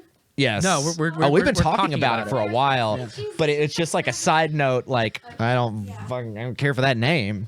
So yeah, the problem with the Knights of Ren is one, they're hyped up. Like in the first and In Force Awakens, you, the master Snoke of the says, Knights of "You Ren, leader of the Knights of Ren." I was like, that sounds dope. Yeah, sounds that cool. means like he's And when- Kylo Ren. This is another guy like angsty Ren and when we and Angus Ren. And Yeah, and when we see them, like it looks like a really cool Seven Samurai team of you would expect like an anime trope of like the gung ho guns. They all have their own signature weapon. As I've and told you think- before, it's one of my favorite tropes in fiction, which is a quirky group of guys. They're like Foxhound. Like each one of them, like one of them has a gun, one has a giant like vibro blade and everything. It's like they're all good at something. Yeah, but when they fight Kylo Ren, he dies like a mark ass bitch. Yeah, they just- and they die like a mark ass bitch. They're just You essentially. remember when he extended- fought like the Red Guards in the Last Jedi, and it was a great action and they sequence? had like space whips and everything like Yes. that, and like each one of them had something. It They feels- had more personality It than the feels Knights like of Ren. those should have been the Knights of Ren. Absolutely. Yeah, Absolutely. And so that's another they're thing that just, just some really- cool guys in a costume and Yeah. they die and they're just extended extras and that's about it. And it feels like that's such a bummer. I didn't mind this movie being about a MacGuffin, but I think the MacGuffin is literally called like a Sith Finder, or It's a Sith Wayfinder. which is really a really dumb name. Also- in the canon, don't we have like holocrons? Aren't those a thing? Can't we just say? Well, it's this does lead to one thing I do like. There's one thing I do like in this movie. Let's take a turn to talk about some positives. since Yeah, we're I doing want this. to taking that point. I want to take a positive about something that both I really liked and I also really hate how the movie treated it, and that is that good old Anthony Daniels as C-3PO gets a character arc. He gets a Okay. He gets a character arc. You get to see him be part of this series. He's brought along, and they find the dagger, and they find all the information that leads back to the Sith homeworld of Exilver or whatever. Exegol. Exegol. Dumb name. It's a name, and he's like, Sounds like a oil company. yeah, Exegol. Well, the Empire Oil Company. Yeah, I Anyway, guess that's unintentional. J.J. Abrams being clever. Like, that's Darth not- Cheney. Anyway, so he's like, I can read it, but I can't say it. Like, I can't. My programming won't allow me to speak Sith. And I'm like, okay, that's kind of cool. It's like it's forbidden language. It's so evil. Yeah, I guess it's like, And Poe gets a good line. He's like, you talk all this time, and when one time we need you to talk, you can't say anything. that is good. Does it just give us a giant 30-minute subplot that takes away from other things in the Oh yeah, movie? because it's like I have to take you now to go see my old friends. Yeah. And I'm like, oh, I don't. But I don't need since that. we're talking about some positives now, I'm gonna kick this movie some more, and I don't enjoy having this many things to bitch about a Star Wars movie. I certainly am not liking that I don't like this movie. Yeah, I do like that we get a lot of stuff with Poe. We get a little bit of his backstory. I like all those things. There's a great line where they're like, you were a spice runner. He's like, well, you were a stormtrooper. You were a stormtrooper. You were a smuggler. You were a scavenger. We can Yeah. do this all day. Yeah. like, It's like he gets and real that's- prickly. And I like that. It is. It all struck of us me- come from the dredges of society, and we have all come together to be better. Poe's comments strike me as like a rich white kid of privilege who dabbled in being a bad boy. It was like people are like, "You were a what? And he You was have like, a you have a you record. dealt cocaine in college? Shut up, man. All right." My dad was never around enough or whatever. But I think that like. I thought that was cool. I like that him and Kerry Russell have this little sultry, will they, won't they? Zori Bliss they won't, is by a the- cool character, cool design. Yeah. I liked her in this. She's a, but I don't like how they got to her because again, we're going to another planet and I don't care. It's a cool planet. Yeah. It's raining and all that, and it gets spoiler, it gets blown up later. But Yeah, I didn't like the coin that lets you go wherever you want to I go. love you made that point. You leaned over and were just like, so this ship has a slot that works specifically for this coin? Or maybe there's like all ships have some coin for beacons or whatever. But here's why. Here's something better. Maybe it's like a car that has like different jacks for different phone outlets. it's like just that. like you just like. But let me here's- go down the coin slot here. Oh, here's one for getting a Naboo. Yeah, and I feel like here's how I know it's bullshit. It's an Imperial captain's coin, and it lets you go anywhere in the Empire. But here's the thing: they use it to get onto a Star Destroyer or whatever. But here's the thing: if you have that ship, let's say you're going past like a blockade of Imperial ships, and like you have that coin in, right, which says we're Imperial. I'm a captain. But like say like there's a stormtrooper inspector or whatever with his feet up on the thing with a newspaper up, and he sees beep beep Imperial coin alert, and he lowers his newspaper and sees a ship covered in like sand. Yeah. It says like we are not rebels on it, and he's like, Not the resistance. all right. And he puts his thing back up. Like, even if that's true, it doesn't work. They go to the Star Destroyer, they get attacked by stormtroopers. Well, compare that to something like the shuttle Tidarian in Jedi, where it's a risk they're taking. It's like, we got this code, we got this old shuttle. This could work or this couldn't work. It depends. What time do we have to go? 4:30. Okay. Yeah. We've got like pretty close. We're getting No, close to. it's 4:30. Yeah. I don't care. You guys can shoot the shit some more. Yeah. I'll allow it. But going back to that, it's a risk, and there's tension. there's tension It's gonna work. and like it's an old code, sir, but it checks out. But Vader knows, and this is just like, it's a special coin. Beep beep. It's going to take us there. Beep beep. And we're Doesn't there. work, by the way, Doesn't but work, by whatever. the way. We're getting. I mean, I guess it beams. works in the sense that it lets them get close enough to not get incinerated by the Star Destroyer. Yeah. But like, that's not necessary. The same thing could happen. Like they could have hijacked the ship and then got the ship into the like. It feels like a plot contrivance that is a little unnecessary. And It's also convenient silly. because there you get to be there, and we find out Chewie's alive and everything. And yeah, which is that's fine. yeah. sure. Again, it like does lead to those something death fake outs were obnoxious. and we're totally worthless. Yeah. You do get something fun. I really enjoyed the fight in Kylo Ren's room, where they're kind of going back and forth, and we get a little more yeah. At about first- their unique power. At first, when that happened, like when he grabs the thing off of her or whatever, I didn't like it, and now I've sort of switched back on it. Well, it's actually a precedent that was set in the movies that wasn't horribly disrespected. Yeah, like it and, wasn't torpedoed by J.J. Abrams retroactively. Because of him it- being it- like, oh, did Ryan Johnson come up with this Force link? I hate it. yeah, but he weirdly respects it because, Yeah. like in the Last Jedi, they can see each other, but they can't see where they are. And this is just a and then he natural grabs the thing evolution off of her, and he their goes, "Oh, she's power. in my room." Which led me to being like, she's in my room. Yeah, and like I liked the fight. I can't say that out of these three movies, these lightsaber fights are particularly thrilling. I hate to be the guy to say like, and this is not me being an edgelord troll on the internet. I kind of like some of the prequel fights better. Some of them, like the Darth Maul fight, is pretty tense. It's great. I mean, it also has that great soundtrack to it. Some of too. it is to where like if you slow it down and watch, the strikes would never have actually hit anybody, but some of them are like that. I mean, where I do like the fights in this. It's just because they're a little more rugged. The choreography's Yes. a little more. But I felt they were more particularly- rugged, even more rugged in like The Last Jedi, Yeah. that fight, or Force Awakens, where like we get that fight as well. Mm-hmm. I just feel like this is the weakest one of the three, and I'm irritated that when we get to the end, we don't really get a satisfying action finale.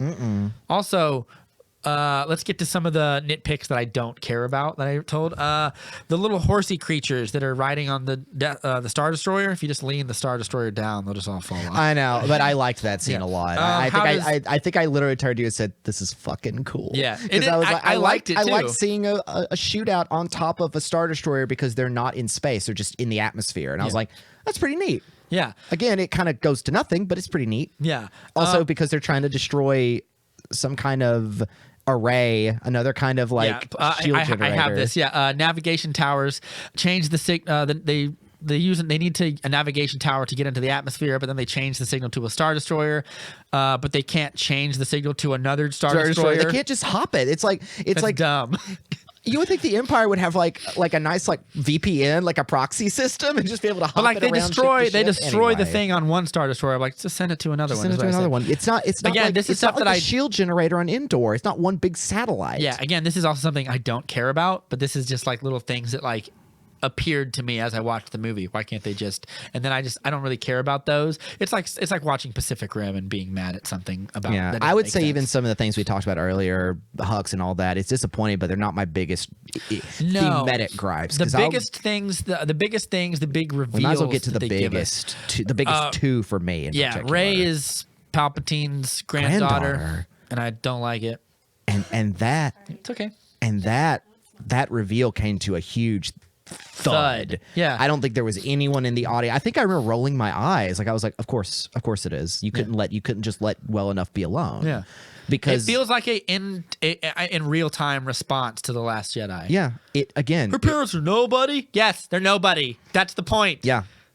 But then Kylo Ren literally says, well, yeah. I said your parents were nobody, but you didn't let me finish. Your grandfather's Palpatine. It's just like, what are you talking about? Yeah. And I feel like J.J. Abrams does that. Palpatine had a kid? Yeah. When? Palpatine's a deadbeat dad? Send some of the Imperial credits to his college fund. Yeah. I feel like J.J. Abrams. You never come and visit. I feel like J.J. Abrams set this surprise up for us to be in the audience and go like, "Oh my god!" But when I saw it, I was like, "Yeah, whatever." I was like, oh my God, but oh my God. What? The whole purpose of The Last Jedi is to, and there's an opportunity to do it in this movie where like the idea of who her parents are is your parents are nobody, and it's okay that they're nobody. 'Cause you're something. You don't have to be You're not a defined. Skywalker, Yeah, or a Palpatine, Palpatine, or a Kenobi. The Force can call out to anybody Yeah. and change your life forever or whatever. And it's not who your parents are that matters; it's who you are and what you decide to be. It's the Iron Giant Superman thing. Yeah. You are who you choose to be. You are not a gun. You are not this. You are something better. You don't have a destiny you are predetermined to follow. And at the- You are making your destiny. Yes, and at the end of the movie, and I know that some people are going to argue Star Wars always been about like family and destiny and legacy or whatever, and I would argue like just because Careful, that's what there it are has definitely been some about people doesn't mean who- that's what who it has to be drag about us now. out. And also, I would say think about the end of the movie when she asked, she's like, "Well, who are you?" She's like, "I'm Yeah. Rey." She goes, "Ray who?" She goes, "Ray Skywalker." How much better if it would have been if she echoed her sentiments from the first movie? Who are you?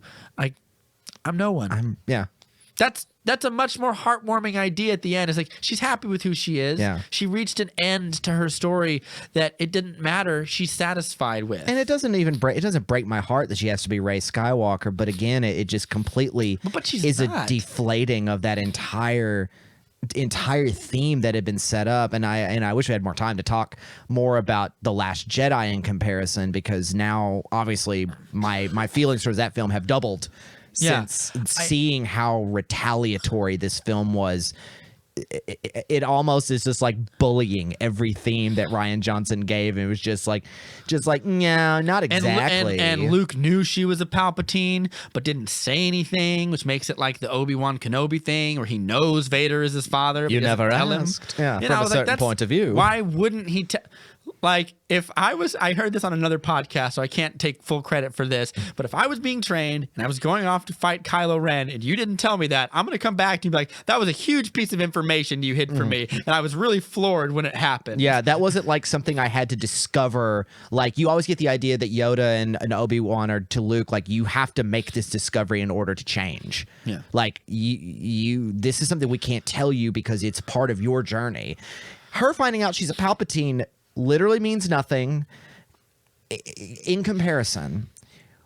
And this is to Daisy Ridley's thing. This is so, in a way, disrespectful to the actress. In the scene where Adam Driver as Kylo Ren tells her that she's nothing, her reaction to it as an actress is so intense and intimate and tragic and so existential. They completely undo that performance, that work she did, and that performance in this movie by being like, no, you actually are supposed to be the Empress of the Empire. Yeah. And it feels, I want to know more about what these actors felt getting this script and being like, oh, we're not we're just gonna get rid of that. Yeah, because she's told that her Kylo parents Ren, to nobody. It's actually, it benefits him because in a weird way, he's like, yeah, they were nobody. He's like, but you are somebody to me. Mm-hmm. And it makes all of that better. And there is a part where they harken back to that when he goes, I held out my hand to you and you almost took it. And she goes, I didn't want to take it, but I wanted to take Ben Solo's hand, right. not Kylo Ren. Which is there are fair. there are pieces of little light in this movie that I like. Well, I should mention before I go off somewhere else, there are 3 moments in this film that emotionally got me. Yeah. And it may be just a spectacle of it, but it emotionally got me. And one is one of the great tragedies of this whole saga is Carrie Fisher's early passing. Yeah. And not getting enough footage and not getting enough time with her. It's very sad because it's very clear this movie was set up to have been Leia's film. Just as Han was Force Awakens, Luke was Last Jedi, this was hers, and she had been so far gone at that point that her being in the movie are clearly extra scenes from The Force Awakens. Or an extra in shadow or something. And whatever. It they do the best they can. It sucks so bad. Yeah. And It's because so I sad. honestly felt watching the movie, I didn't really care that much for what Leia's doing in the movie too much. And it it's not should her have been fault. the- And it's not JJ's fault. No, it's like no, it is what it is. It sucks for everyone involved. It sucks from everyone involved that had to happen because it's not a situation like the Imaginarium of Dr. Parnassus where Heath Ledger died before production, so they just brought in different actors to play that character. Like Heath or Colin Farrell, Farrell, Jared Leto, or somebody. All the other handsome Jude Law, probably all the other. Jeff. Either way, they did that. It's not the same thing. This is like a huge point of it. But the new actor playing Chewbacca, when he gets the news, his tragedy is so immediate, and it got to me because I'm like, oh my God, he just realized all his friends are dead. I liked that. Yeah. Yeah, that hit me. That got tears in my eyes because I'm like, that guy in a costume. Because I will say this Chewie, post also the passing of Peter Mayhew. I have a negative about Chewie in a second, but keep going. I feel like he's playing more mature. Like he is kind of a figure of mature authority, and I believe it. Just like we have. Lando comes back as Lando's his only remaining friend, except from the new guys. And poor Lando doesn't really have much to do in this movie either. Fine. Yeah. He gives a weird googly eyes to this young woman at the end. And I felt like he was like We're setting up a trying to romance or seduce her. You want to go find out? And it's just, And I it's was just like, like, ugh. are we going to going go on have an there? adventure about finding our backgrounds? Like, I don't know. I did not like Chewie getting the medal.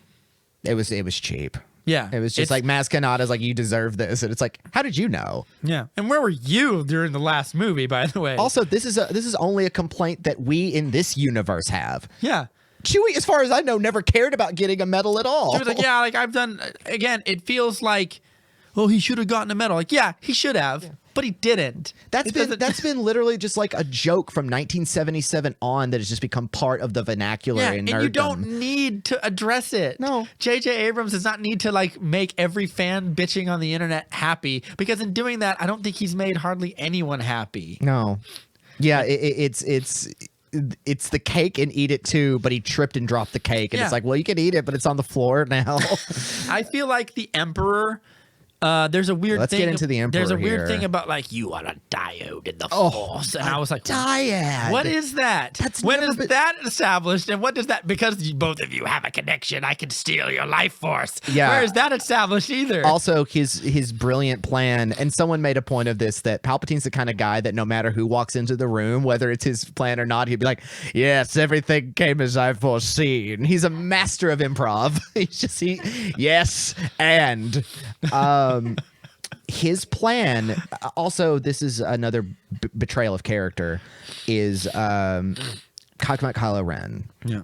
Kylo Ren at the end of Last Jedi is now the supreme leader, but he has come from a world after killing Snoke, after taking out the guards, and comes to Rey and says, forget about the Jedi, forget about the First Order, forget about the Resistance, forget about all of this. Old ways must die. The new is going to begin with us. It doesn't have to necessarily be the Sith. It doesn't have to necessarily be the Jedi, but it's going to be something new. But at the end of this, he immediately goes to, Right. find Palpatine. Well, I guess he goes to kill Well, him he goes to first. kill him because he says to get rid of a threat to his power. But if we were keeping up with the character that ends The Last Jedi, he would have just walked up to that old man and boomered him and stabbed him in there and said, no, you are literally the definition of the old ways. Instead, he's just like, all right, I'll work with you. Yeah, I think the big problem for me is that like it makes no reasoning for why Palpatine has come back at all, and that Because there's been no setup for it. there's no setup, and also like if I were to ask you like how does Palpatine survive? The only thing they come close to giving you is like the dark side of the Force. Yeah, the It's dark power. pathways to many abilities, some consider to be unnatural. And I I'm liked glad that you included that line Yeah. from my favorite scene in the prequels. It doesn't answer anything. doesn't answer anything. It doesn't ask Oh, you grandpa's how he connected survived. to grandpa's connected to his life support. Somehow someone found him in the pit. And like this idea is like you're going to strike me down in anger, and then I will go into you, and that's you not even- will be me. that's but not that's even his exactly original- what she does. That's she not even kills his him, original and it plan, doesn't though. happen. He's like, go kill the girl. And then he's like, I knew you wouldn't kill the girl. That's why she's here. It's like, what if he killed her? Then what? Is it? would you still go into her? And she kills him like he wants her to do. To be and fair- he doesn't go into her. To be fair, she does Uses his sacrifice. lightning. Well, she sacrifices her life for it. What? But that's what difference does it make? Yeah, but I'm would like, he know I'm willing that? to not be so upset about that because it's like, of course, she doesn't get turned over because she does destroy him, but I she would- dies in the process Okay. because of I'll meet this you halfway. nonsense life-sharing thing, this healing power that comes out of nowhere that No, was no. not set up. Comes in the Mandalorian first. Oh, Baby shoot, Yoda does Baby it. Yoda, yeah, okay, That's sure, right. Why not? Which I didn't mind that. Like I feel like that's was a ni- something it was- something I would believe a Jedi could. I'll transfer a little bit to Well, you I for a liked it. second. I and liked you're it okay. in when they were in the snake pit. And it's a nice, like, Daniel in the Lion's Den situation. She's like, no, for this instance, we will not have to fight and kill this weird monster. It can help us. Yeah. And I'm like, okay, that's something a Jedi would do. A Jedi's like Obi-Wan said, you know, a Jedi doesn't immediately fight, you know, doesn't come from offense. You know, we find the peaceful way of going about things. And I'm like, that's a good moment. Yeah. Again, there are good moments in this. And I don't hate that she does it to Kylo Ren either. It's a power that I would believe. The thing with me is it doesn't. A lot of Star Wars movies establish new Force powers. Yeah. Like you know, Revenge of the Sith and stuff established like visions and stuff and Yeah. dreams, And also ghosts Return of the and things Jedi like that. established The lightning Force power, lightning. So like I'm which she okay. does. I'm okay with like new Force powers and stuff. It doesn't bother me. But the thing that just bothers me is like they don't set up anything with the Emperor. They don't set up how he could absorb their life. He doesn't do it in any of the other 6 movies, and it implies that he's been around for a long time.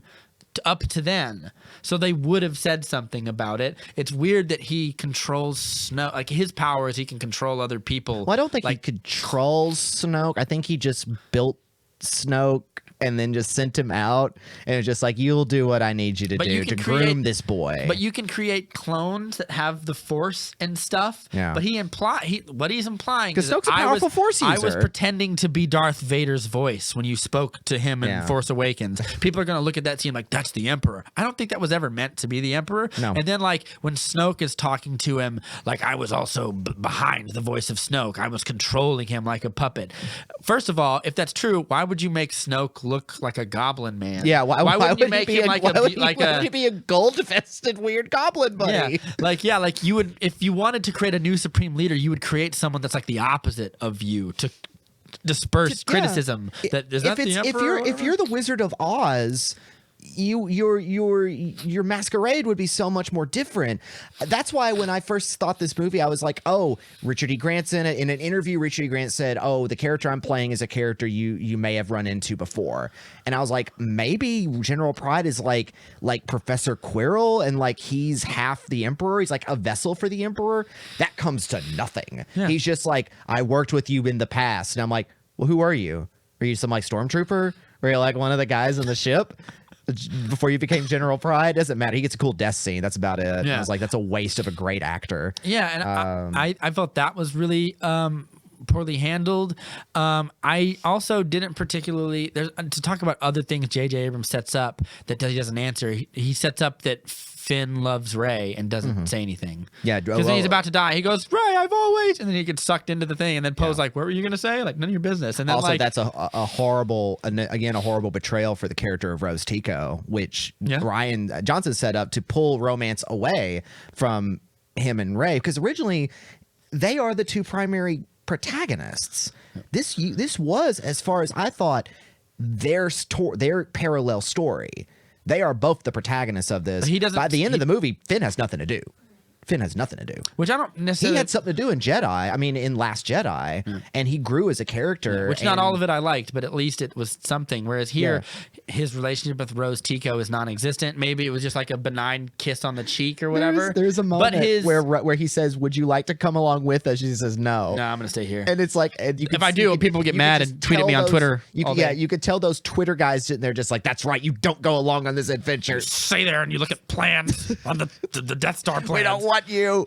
Also, C-3PO can come along. Speaking of the Death Star, every ship now has a Death Star cannon. Don't like that. Which I love the dual thing that Oscar Isaac says, like, "Of course it does." He says it with fear in his voice, but it's also like, of course it does. That's me too.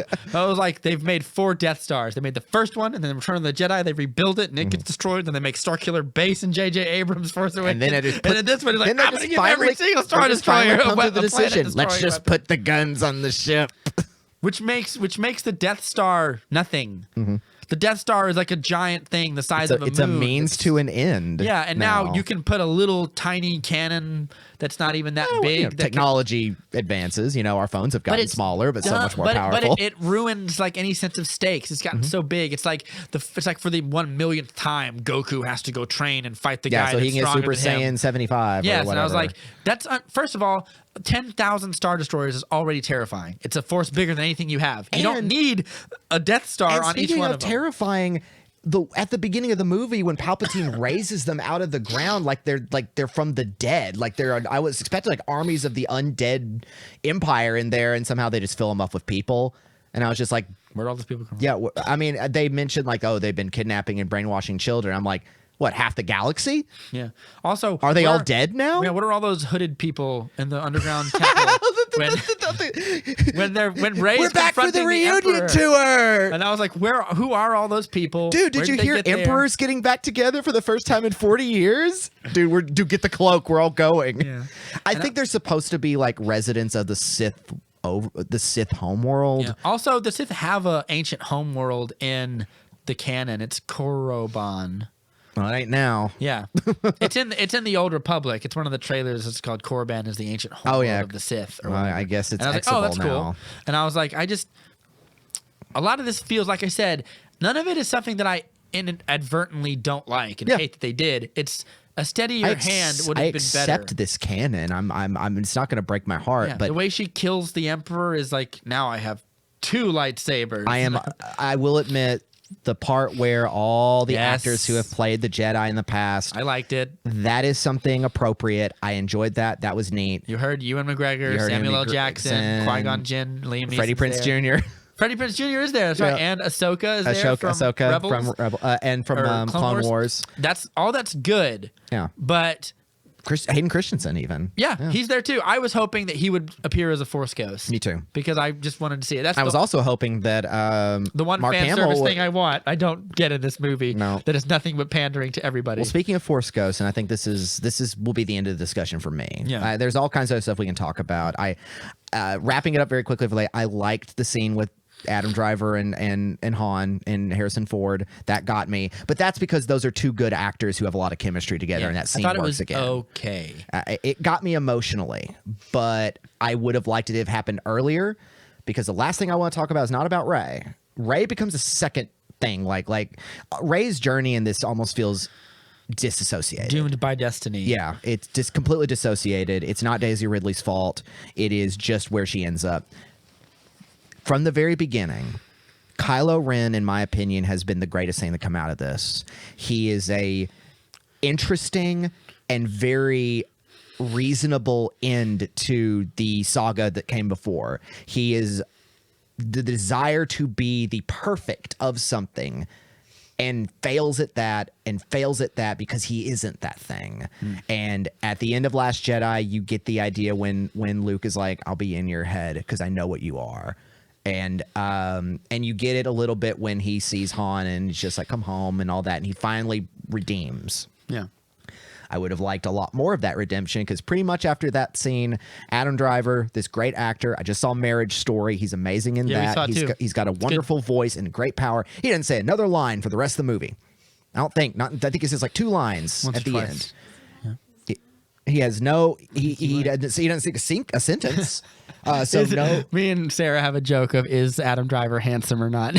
Because it depends on what shot he's in. Yeah. Oh, he's handsome here. Oh no, he's not handsome here. Like it's What do you mean I'm not? But Don't you compare me to my father? first of all, when he's thrown off the ledge by the Emperor, I kind of was like, he's gonna come back. Yeah. It feels like J.J. Abrams doing things we all know he's not gonna commit to. Just again, to take fake back. outs. Yeah, Fake outs to just get time going on. but again, like I said earlier, a steadier hand. When Peter Jackson fake kills Aragorn in the Two Towers, you feel it, and then you don't just see his hand come back up on a ledge 20 minutes later or whatever. Like you see Aragorn crawl out of like water and blood and mud, and he's all beaten to shit. And we he see crawls that onto that horse and rides 30 miles to get home or whatever, and you feel like, do that. Stakes, consequences. Da, da, da, da. Show me a shot of Kylo Ren like bleeding on the ground as he muscles his way back up. Maybe he has a vision from Luke and like rouses him back up. He said he would see him again. What's up? Why? Mark Hamill shows up as Luke again, and it almost a little bit deflates everything from the last movie because His hair's longer. his hair is long. He's wearing a bad wig. But he literally, when she throws the lightsaber, he grabs it and says, "That's no way to treat a lightsaber." Yeah, it's and good. it's a good line, but it also is just like like I did at the beginning of the last movie. Yeah. To reach it up, Nothing's Ben Solo sacrifices his energy to Rey, and this character who has been the thematic crux of so much is it has been Rey, but Rey is just the character we're going along with. For this movie, at least. Kylo is the emotional core of this. Ben Solo, is he going to be saved? Is his desire going to meet? He can't kill his mother. Again, a tragedy of losing Carrie Fisher is we don't get a scene of Adam Driver and Carrie Fisher. Yeah. That would have been everything. Instead, she dies and he feels it, and that's why he gets stabbed. And that helps him redeem. But we don't get a vision. We don't get any of that. But we weren't able to. Sad. But also, like, for the first 2 movies, it did feel like it was Rey's story, and we were figuring out And it questions is to her. Rey's story, and then by the but- end of it, it feels like, no, it's really his story, and she's kind of there, and all the Jedi are in her, but she becomes a weird plot device kind of thing, which because felt- she became a Palpatine, so now she's just an object. She's Yeah. an object for the what could we possibly do with her after this? not to get too into it, but this independent female character who developed her skills herself and comes from nothing and is this standard for like the Force can be with anybody and happens to be from a poor young girl. Actually, is a chosen one. Is actually thing. a chosen one of an evil empire and all that, and she's going to be the So empress. it's going and to all that. contribute to the Rey is a Mary Sue argument. Yeah, because she now she does have a secret destiny, which either is going to make a lot of us unhappy or somebody happy. I don't see who it would make happy. Yeah, and like when I hear people who were like, I loved the movie, it gave me everything I wanted. Like I feel like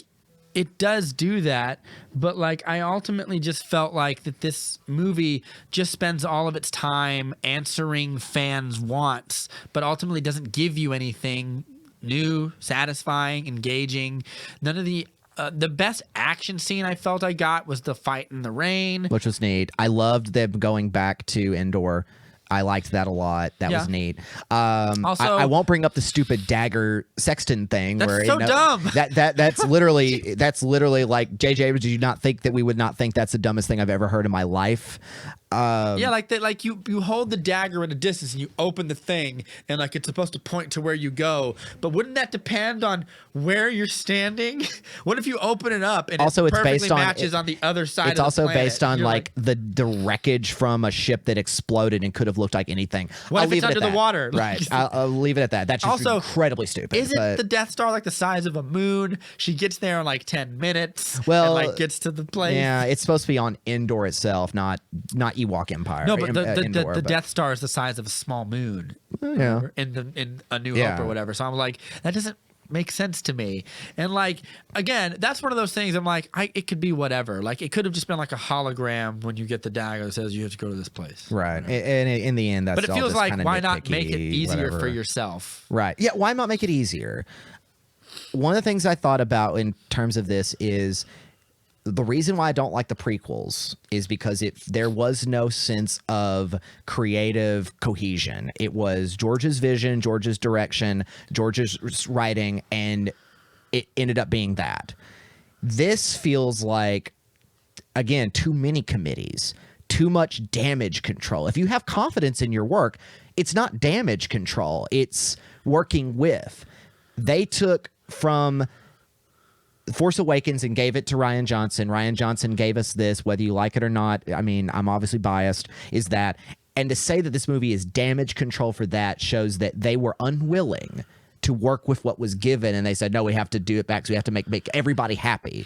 And when you're making everybody happy, no one's happy. It feels corporate. Yeah. It feels like a movie that a bunch of feels like- guys who have like degrees in like social media were compiling all of the big Well, we looked at the criticisms. data from this and from Twitter polls and Whereas everything. the prequels have big problems, but they do feel like one person's vision. Yeah. And The Revenge of the Sith is a better, more complete end to what it is. Like, it's a better movie than this. Yeah, It has parts that I don't yeah. like, but it's got more memorable score, and it's got like great action, and it does have some rousing performances. Ian McDermott is chewing on the scenes. Mm-hmm. Like, whereas here it's just like his big, I don't know what his big plan was. Like he gets killed and he goes into Rey, but then he just takes their life force anyway. So what was the point? And he can Yep. shoot extra big lightning now. Yeah, and it shoots down everything. And like you said, the threat, the big heroes come in at the end where they're like, no one's going to come and help us. We're on our own. No, we're here. And it's like, I don't care. Yeah, because it Why, happens why in 4 is seconds. what happened that these characters that J.J. Abrams created that I loved, I enjoyed them. And then Johnson strengthened them and took them and put them through the ringer and said, are your values meaningful? Yeah. Until they come out humbled at the end. And then it's just like, they're just kind of going on another adventure. I'm like, well, I like seeing these characters on an adventure. But anyway, we've got to wrap it up. Yeah, I mean, if last you- thing I wanted to say real quick. Go ahead. Kylo Ren becomes Ben Solo and he dies. Yeah, Obi-Wan style, the clothes disintegrate and stuff. And I'm okay that he dies, but there's no moment. They There's have a- there's they no have a moment. kiss. They kiss, Weird. whatever. It's a whatever. And then he dies, and he's never seen again or never talked about again. There's no sadness. There's no joy. It's just, oh, he's gone. Bye. That's it. Yeah, he like- doesn't show up as a Force ghost in the end. If he's a dyad with Rey, it means nothing. What does that mean? I expected when they went back to when she goes to Tatooine, I was like, oh, he's gonna be there. He's gonna be there as a Force ghost with his mom and his uncle. No, he doesn't. He didn't show up at all. He didn't show up at all. Ben Solo's redemption means nothing. Yeah, it because has at the- no bearing because Palpatine, whatever, and that's what is the ultimate negative to me. Is this film feels so Hollow. disrespectful to its own lore it created. Yeah. It's almost like Not J.J. even- Abrams not is even like, I this saga. don't like that I made this. Yeah. And it's Well, not you even, clearly liked making it, because then when you get to this, you're like, I don't know, let's get this movie over with. And I'm Yeah. like, we don't want to just get this movie over with. We want to be invested. And, Yes. and I hate to admit don't that I'm even- being like this, but this is why I don't like this movie. This is why I was telling you I'm going to be emotional about this, is I feel betrayed by this film. Yeah, a little bit. And Rian Johnson probably feels betrayed by this film, and J.J. Abrams should feel betrayed by Yeah. this film. I feel as Ryan well. Johnson would walk out and be like, yeah, whatever. I Yeah, guess. he's like, well, I get to live on past this movie. I Yeah. get to make Knives Out, and I get to make things like this. Meanwhile, you have to carry the I f- burden of this Yeah, defeated I feel like series. it doesn't carry on in that tradition of like what saves everyone at the end is like Darth Vader reclaims his humanity. He reclaims his former self. And because of that, like another story gets to go on after him Yeah. in a way. Is like, but like when I don't know where you could ever go from here. Whereas like I don't know what Rey, like again, like if you leave it off with Rey as Rey nobody, there's places to go. And like if like Kylo Ren dies at the end, I just don't know what that is what that's going to leave us, because we do have another trilogy with Johnson coming at some point. Maybe. I believe. I don't know if that's still on. Definitely, Unless they lock the doors so you can't come in. But I think it's the lowest opening for a Star Wars movie Yeah. of the new ones, at least. I mean, it's going to make its millions, but compared to something like Endgame, you know, like the enthusiasm for this is just that's why it's like good that Mando is here, because Mando is getting a lot of good reviews, and it's like people still like Star Wars. Yeah. People still love this universe. They I'm just- love this galaxy. yeah, They I'm love just- this world. Yeah, I'm just surprised so many people were like this over the moon with it, because I can't tell if Star Wars fans want to be endlessly pandered to with their fan theories and fiction ideas, Or do they if wanna be want to challenged? not even necessarily challenged, but just like surprised. Yeah. I didn't see Last Jedi as like this great dark subversion of everything you've come to know and love. No, it just challenges. It felt like a few ideas. logical next step from a different. I'll even go as far, going back to a cohesive director. Is like Colin Trevorrow was supposed to direct this film, Yes, and then he he's kind of still credited as a story creator, and he did direct his into it with stuff like Jurassic World and all that. And it's like, oh, maybe not. Even Trevorrow would have done something interesting. I think so. I think I would have even taken Trevorrow, who I'm no fan of. I would have taken him over Abrams. Just going back, and it just feels like Yeah, because we talked it about feels like it wasn't directed by J.J. Abrams. It was directed by a boardroom with J.J. Abrams in there, just As saying the- we as the got to point make man." sure this works. We talked about this at we're about to wrap it up here in a second, but we talked about this at Barnes and Nobles.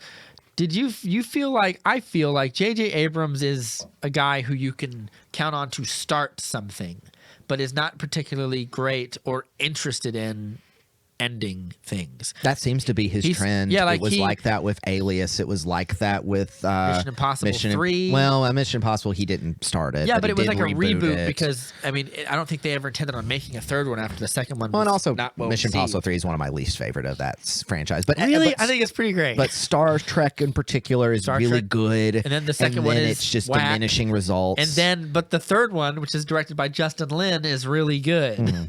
And so it's he like- knows how to set up characters who have got a great pace and energy, and then you know, it's just very clear he lost. Like, imagine if this movie had an extra year. Like, it's like we can get it out in 2020, and the fans are just gonna have to bite their tongue. Yeah. It would be better. We would have had more time, and we would have had more editing. This film or needs to even be like, edited down. What's the assembly? It either needs to be edited down or open up that assembly cut and put stuff back in that's making it feel like such a. There's no peaks and valleys to this edit. It just goes, and it's just like it feels like it's going through the motions. It's a kitchen sink movie. It's like we got everything in the kitchen sink, but be sure to hold on tight because it's encompassed by a part early on when Poe is in the Falcon and everyone's in the Falcon, and they're literally Light jutting, speeding. they're light speed skipping through this part and this part, and it's thrilling to watch. But even the character like, this seems dumb. Also, this is a bad idea. I also said it kind of breaks the lore a little bit Mm-hmm. because Han Solo's like going through light speeds, not just like a New Hope. It's not like something just you can do. busting crops, boy. You can fly into a supernova or get thrown into an asteroid field. You can't just. And then Poe's like, I don't care, go. Which also is another betrayal because it's like Poe Dameron started Last Jedi as like, we got to do it gung ho and everything, and then he is humbled by the end of that movie to be a more he gets everyone thoughtful killed. leader, and instead it's like, nope, he's still our good old Indiana Poe. Yeah. And I'm like, okay, so none of that mattered. None of Finn's character development mattered. None of Rey's development mattered. None of Kylo Ren's development mattered. Palpatine's behind it all. And Because the script says so. Because the script said so, and yeah, and I feel like with Palpatine in particular, it's the most egregious because the way it ends is so quick and so like a big hollow thud just kind of comes over you. And I was like, what else could they do when they bring back Palpatine? How do you destroy the greatest evil? yeah, he's you just know? like he just does force and lightning, and I was like, I would rather have had just a lightsaber battle between Kylo Ren and Rey, where we get some anything more visually entertaining. I did like the part where Rey sends Kylo the lightsaber. He grabs it behind his back. One of the greatest things about it is their connection. Yeah. And it's two actors doing really great. There's one last nitpicky thing I want to say, and I'll close it out. And it is like, oh, you created Snoke. Snoke, who's like, I created that connection between the two of you. And then Palpatine's like, oh, you have a connection? I didn't know. Like he acknowledges the connection, but he doesn't acknowledge his own that he played a hand in it, Yeah. because if he created again, that's why I say like they created Palpatine coming back late in the game on this movie,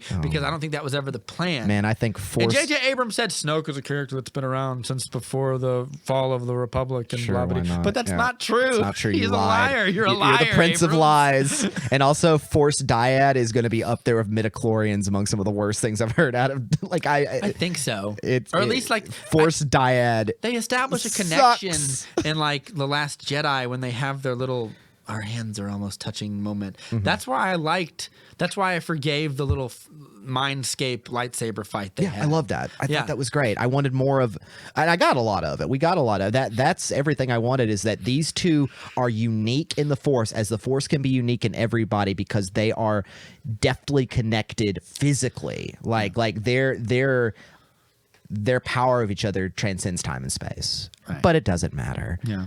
Anyway, I don't want to watch this movie again. I'll watch it when like it comes out on Blu-ray, and I got to do the whole thing. But Maybe there's an extended cut or it's something. not something I want to enthusiastically go to. Again, it's a well-made movie. It's a great spectacle. You showing up, you get everything you want. Yeah, It's just if you're one of those people who just so want Star Wars cynical. to be like comfort food or whatever, or you just want it to be like space battles and lasers and stuff, I feel like you'll have fun here. There's some fun action set pieces. like I said, I was emotionally involved. I cheered.